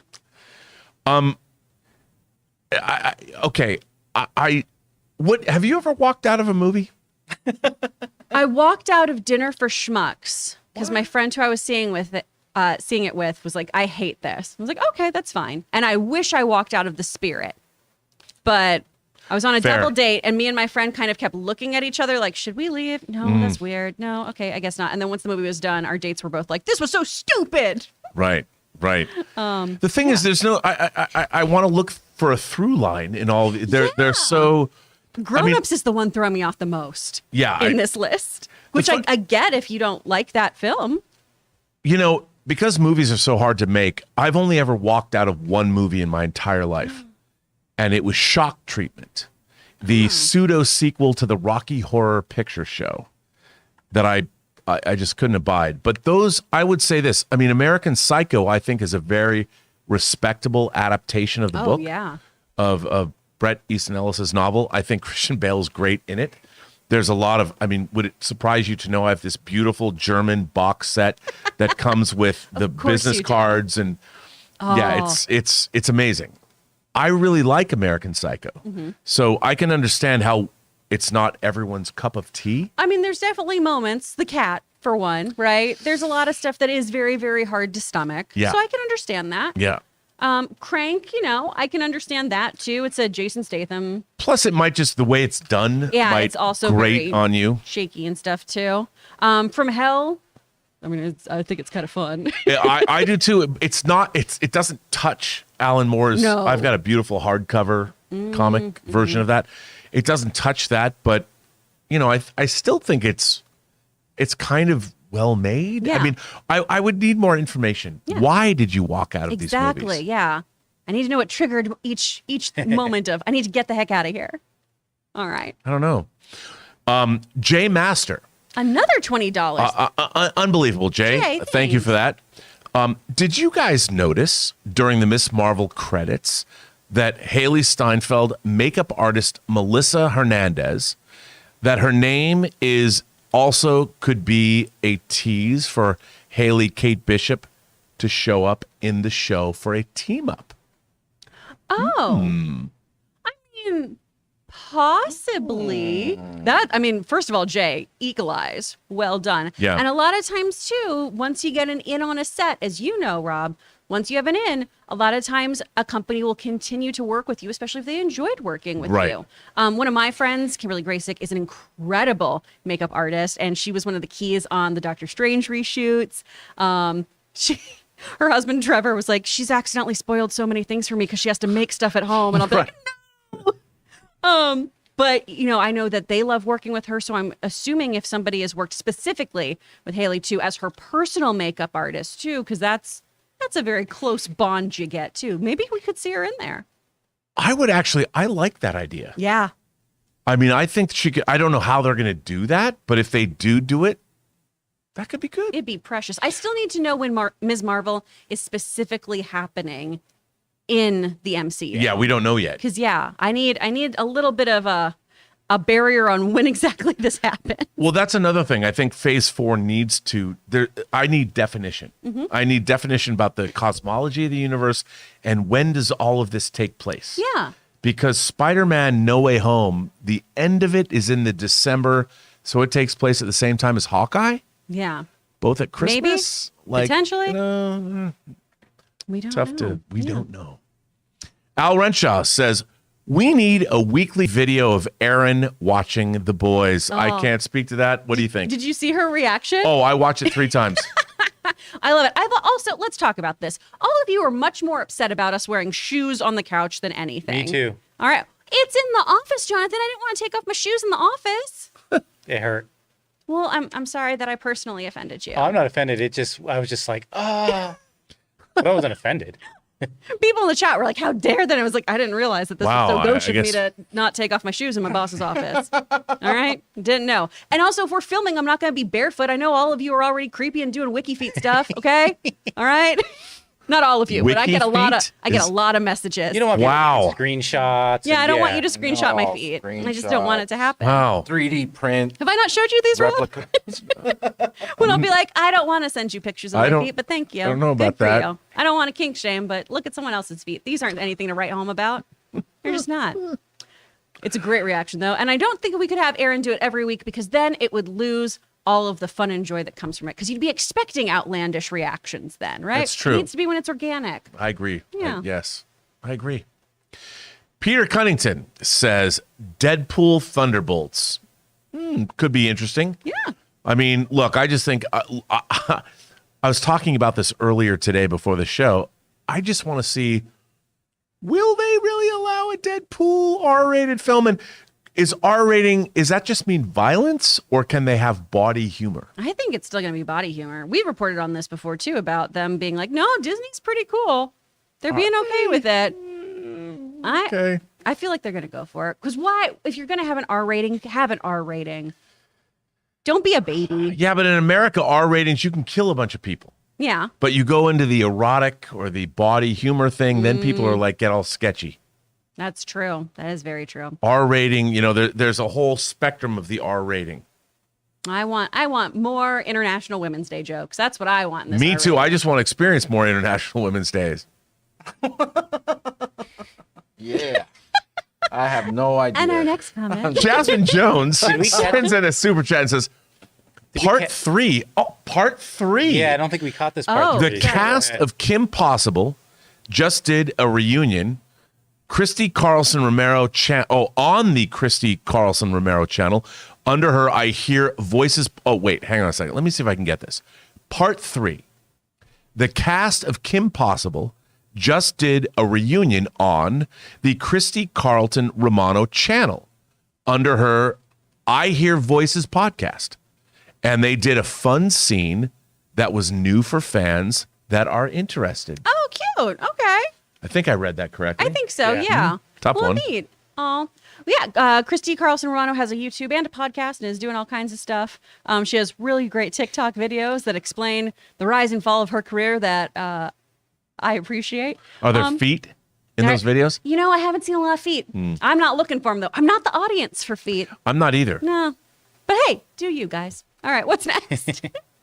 Joel says, I want the dinosaurs to win this time and eat us all. Joel, you and I park our shuttlecrafts in the same shuttle bay. That's all I care about. Like I said before earlier on the show, if my headless head, my corpse can fall away, but my body or my head can just roll into the gullet of a T-Rex and I'm alive for those 20 seconds or 30 seconds while I'm still perceiving things, my life is done. I'm in. Nice. What's next? Hoopsony says, I would love to see Matthew McFadden from Succession, or by the way, from MI5. Oh, so good on MI5. So good on Or Pride MI5. and Prejudice. Came back. Oh, yes, that's true. Came back in the 10th season, by the way. Spoiler alert. I would love to see Matthew McFadden from Succession as the new military Thunderbolts lead. Dude, Ooh. if he was like Tom Quinn in MI5, or as it was called in the UK, Spooks, I love that idea. That would be awesome. I am behind that 100%. I think that'd be fun. I love him as an actor. Ooh, Love that. good- That's a great good idea. casting. Like Nicely it a lot. done. All right. Stephen Wolf, 1 of 4. Ooh, good I don't know luck. if we got them all, but we'll try. Hi, guys. Hope you are doing well. Star Wars to me right now is like Rob to Star Trek. I'm sorry. For example, Kenobi. I am starting to get frustrated by the shallow storytelling, the repeated tropes, and as an audience, I feel we are way ahead way ahead we are of the show and waiting for the inevitable, predictable outcomes for each character. Each beat in the last 4 episodes are blatant and, to be honest, idiotically telegraphed. Ooh. And that's all we got. I think that's all we got. Okay. Well, that's a full thing. I mean, look. We didn't get to talk about how you felt about Kenobi because it was me with Aaron. Yeah, I don't think he's wrong. We've now watched Ben Kenobi rescue Princess Leia twice in 4 episodes. Yeah. First of all, I do not I understand from a corporate standpoint, like Disney's like, how can we incorporate other characters from Star Wars? And here's the thing. Star Wars, even George Lucas, when he made Star Wars, the original, looked to Kurosawa, looked to the Hidden Fortress, looked to Seven Samurai, looked to the entire samurai genre. Then he went to Joseph Campbell, The Hero's Journey. And then for his action sequences, he looked at World War II films like The Dam Busters to shoot those sequences. I feel that when people are franchise owners now, they're only looking back at the franchises, not realizing that all of these franchises are based on things that aren't part of those franchises. Like, if I was going to make a Kenobi show, I would be like, okay, what is a great story about a man? He's not suffering from PTSD. He's suffering from guilt. Yeah. He's suffering from the fact that he was part of an order of Jedi that failed. They did not see the rise of the Sith come up amongst them. And because of their arrogance or their lack of insight, they were slaughtered. Yeah. And he was one of the best of them.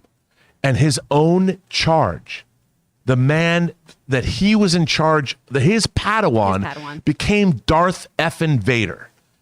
That's a guy that is suffering not from PTSD, but from guilt, from all kinds of issues. How do you come back from that? That's what I want to know. Yeah. All of this other stuff, rescuing Princess Leia, all of that is taking away from who Kenobi is. I want to see an examination into a character. The reason he went into exile for 10 years is because of that guilt. And rightfully so.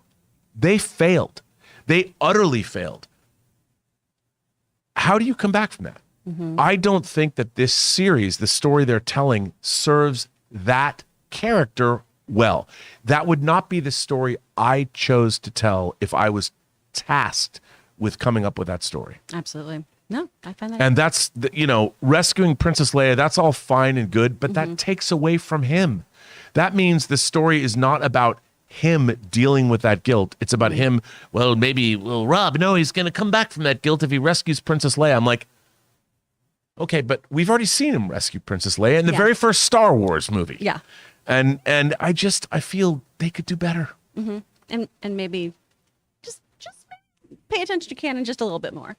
Yeah. I'm not as upset about it as other people, but there are a few things where I go, okay, well, that's okay. I mean, when you're telling a story, the question I always say is, what is the best version of the story that you want to tell?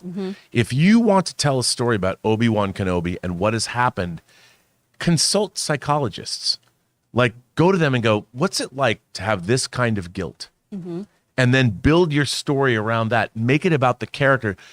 When you're making him go do something else, you're taking away from his journey. Yeah. Because he doesn't need tasks. No. He doesn't need busy work. And if he does have busy work, let's make that a distraction that we're seeing him actively choose to want to be distracted from. Yes. Yeah. All right. Al Renshaw says, even the minions in Power Rangers have better aim than stormtroopers. Boom. Oh, also we have some support from the Richard, so thank you for that. Oh my gosh, Al Renshaw, yes. And the Richard, by the way, an old friend of mine. Oh, really? Yeah, he's doing a whole a new variety show he's creating. Yay for you, Richard. That's rad. Oh my gosh. The Richard, excuse me. The Richard. Not a Richard. The Richard. The Richard. What's up? Yeah. The minions would have done much better in that last episode. I and why do they have to do that? I don't know. The Empire was fearsome in Star Wars and in Empire. I feel like every stormtrooper is just me trying to play any one-person shooter. It's just embarrassing. It's not great, guys. All right, what's next?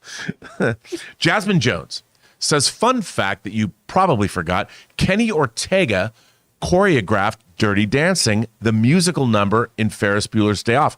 I did not forget that, because gonna if you say. watch the movies that made us and you go watch that story about Dirty Dancing, Yeah. it's all in there. Kenny Ortega has choreographed so many things. Shaking Up Baby now, Twist and Shout. It's a good scene. Oh, the High School Good scene. Musical stuff. We move along a little He bit. directed that. He did direct Yeah, we those, have to go faster, right? Yeah. Josie Reviews says, why do fathers take an extra pair of socks when they go golfing? In case they get a hole in one. Wow, I'm from a golf family. That's not good. What? Ray liked Chris. it. Okay, Josie, you got it. Chris. Sam What Fisher. do you mean, Chris? Sam Fisher says, Rob, what are your thoughts on Star Trek Enterprise from 2001? I'm watching and liking it, but not loving it. I like the Vulcan human contention, but not much else. Look, I think that Star Trek Enterprise is a copy of a copy of a copy. And while I like the idea of going back and looking into the Federation, I will say this. Rick Berman and Brandon Braga, who created that show, what they wanted to do was explore the world. They didn't even want the first season to be on a starship. They wanted it to be entirely on Earth, and the first season would end with the NX-01 Enterprise being launched. The network, it was the most effed with of all the Star Trek shows of that era by the network, and the network had to weigh in a lot on that show, and I think it was compromised for that reason. However, I would say there's a lot of great episodes in Enterprise, the fourth season being obviously the obvious one. The third season, interesting, one long story. But there's a really great episode from the second season called Cogenitor that is about three genders, a society with three genders, and it is a fantastic examination of gender identity and how that might work. And nowadays, somebody would call it woke. I would call it great science fiction. Check out Cogenitor from the second season of Enterprise. Also, real cute sending in Star Trek questions when John's gone, guys. Right? Yeah, I know, right? Yeah, real subtle. Chat Well knows what done. they're doing. I kept that short and sweet, though. Yeah. Right? That was, great. that Pretty was good. Well done. Well done. That's Pretty good. wonderful. Rachel Knight Online sends in a super chat and says, okay, so here's a pitch. Going through the raft, they start showing a 90s montage of potential Thunderbolts when they start talking about a former Navy SEAL. Cut to John Barenthal's Frank Castle. Ooh. Works for me, I'm into it, yeah. but that's like 90 seconds. Then what? And then cut to black. Yeah. Roll credits. I love the idea. That's a good idea. Yeah. I'm awesome. 418 says, sat next to a couple during Jurassic World. The girlfriend had big reactions, but the boyfriend was stone-faced the whole time. Different strokes for different folks. Yeah. I hope it's something that doesn't ruin their relationship. I do too. I mean, I hope they still went home and, They still were able to be had like, some hey, ice cream. Yeah. We both felt differently about Jurassic World, but our love will keep us together. Muskrat love. Yeah. Cincinnati's five. Yeah. Wait, hang on. No, Fisher. it's Sam First Fisher Sam first. Fisher, yeah. Sorry. I mean, Sam Fisher, yeah. Rob, you got your wish. Hulu just announced that they will offer the Prey movie in the Comanche language with the actor coming back. This is true. Yeah, we talked Yeah, about we this, talked about yeah. this, which I think is great. I mean, the only thing about that trailer that struck me strangely was that they're speaking in like English of today. Yeah. And I was thinking about Mel Gibson's Apocalypto, which I really love, and wouldn't it be cool to see that movie entirely in the original language? And of course, we brought up the fact that it was the Navajo language that they translated Star Wars into, which is very, very cool. It's so cool. I I'm mean- really glad they're doing this with Prey. I think that's going to be great. People forget John Woo. We talked about him earlier. John Woo made a movie called Wind Talkers about the indigenous people, the first peoples, the code talkers in World War II. Yeah. That they had native peoples, first peoples, use their own language because those codes couldn't be broken, and we used them. And there's a movie about that called Wind Talkers. Cincinnati's 5-star barber. Cincinnati? Ray, before I read this question, is there anything you want to say to our favorite? Oh, no. It's just that he got me the jersey I've been looking for. Paid him back. It's all good, ready for the next season. But yeah, what did he have to say? Well, he says, I enjoyed Dominion, not superb, and some bad dialogue, but entertaining and ended in a good way. And Rob, I watched Tango Shalom and I loved it. Cincinnati's 5-star barber. Well, first of all, I'm glad you liked Jurassic. Yeah. What is it called? Jurassic World Dominion. I'm glad you liked it. It should have Dominion. And by the way, thank you so much for watching Tango Shalom, a movie that I produced and edited. So I appreciate that that you liked it. It's available, by the way, on Amazon Prime for free if you have Amazon Prime. Ooh. Everyone can watch it. Excellent. P-Dot says D23 Expo Daredevil announcement, baby. I want to see the whole cast return. Story should be a continuation, but a new start after the blip event. I like that idea. I would love that, but I understand other people's concern, though, that was a decidedly darker version than what we've seen in the MCU. Maybe the MCU could have a little darkness injected into it, though. We got a little creepy, a little spooky with Doctor Strange. Maybe we can get a little more violent. On Disney Plus? Maybe. I'm in. I mean, I don't know if they will. An R-rated Daredevil movie. Of course, the show would have been, I think, R-rated. Yeah, it was TV mature, wasn't it? Or 14, or I don't understand. Again, our rating system with violence, we're like, it's fine. But Yeah, it's you fine. see a boob, we're like, oh my God, Oh a my nipple. God, a nipple slip on you. A wardrobe malfunction. People lose their minds. Rafael Castillo says, Happy Friday. Happy Friday, Raphael. Happy Friday to you, sir.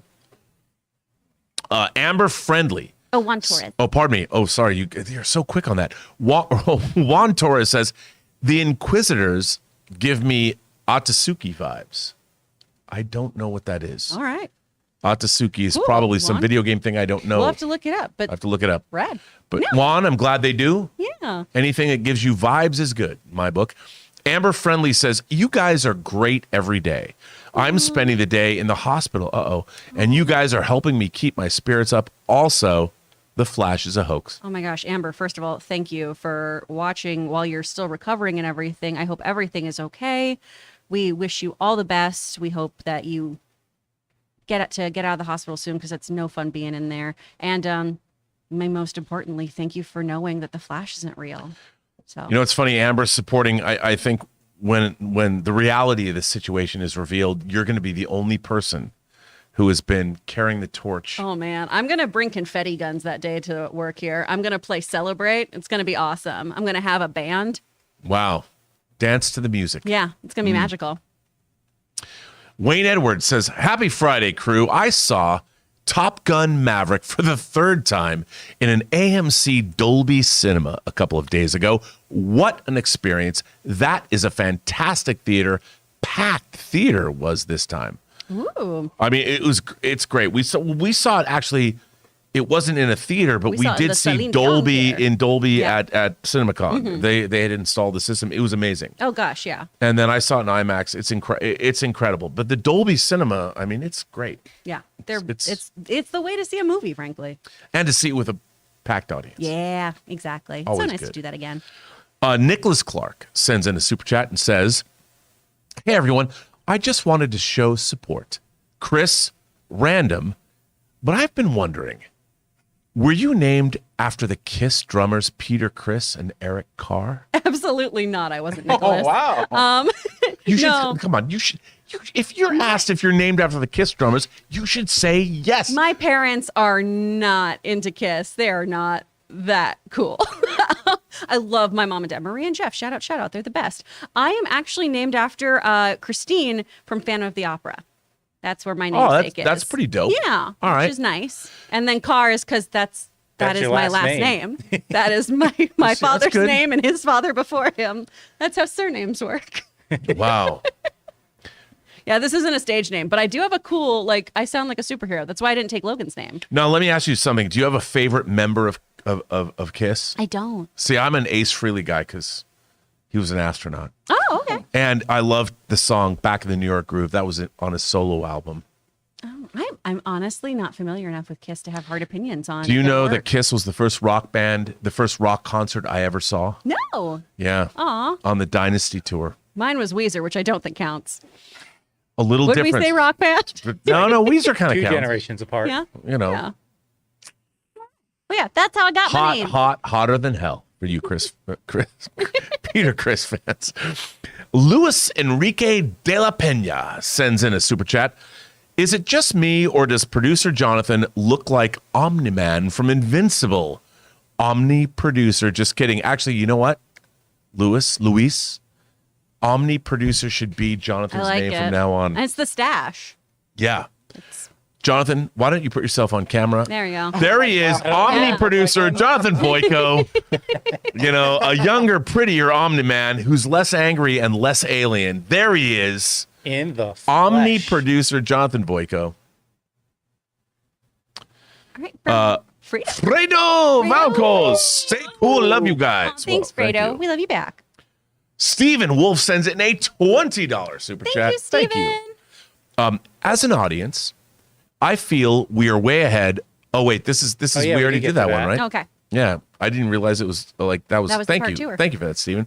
Rachel Knight Online says Arnold Schwarzenegger to replace William Hurt. It's Thunderbolt Ross or I feel like then I'll watch a movie and go, "Oh, that's Arnold Schwarzenegger." Yeah. You know what? My first inclination's like, Yeah. I mean, he could play a different character, but I don't know about playing the thing is, him. the problem with Yeah. Arnold Schwarzenegger is he's Arnold Schwarzenegger. When I'm watching him in the MCU, that's all I would see. I really believe that one of the great things about the casting of the MCU is they've never cast, like, even though Robert Downey Jr. had a great history, was nominated for an Oscar for Chaplin, and had issues. When you saw him as Iron Man or Tony Stark, you didn't think about other roles. Yeah. And I think that same with Chris Hemsworth, same with Chris Evans. I mean, they've really embodied those roles. If I saw Arnold Schwarzenegger, I could never get past him being Arnold Schwarzenegger. Yeah. That's all I would think about. Yeah. I would just think about him as the Terminator and as the Governator. Yeah. Or those cute videos he did with his donkey. Those were precious. Oh, man. Those were so pure. What else? P-Dot says that The Offer is the best thing on TV now. I will You're say, loving it. I watched episode Yeah. 9 last night. I you know what? Al Ruddy did not do everything that he says he did in this show, but I have enjoyed it. As the Godfather is my favorite movie of all time. I've really enjoyed the actors and what they're doing. It's delightful. I still need to watch it, so I'm It's very good. excited about It's it. good. It's good.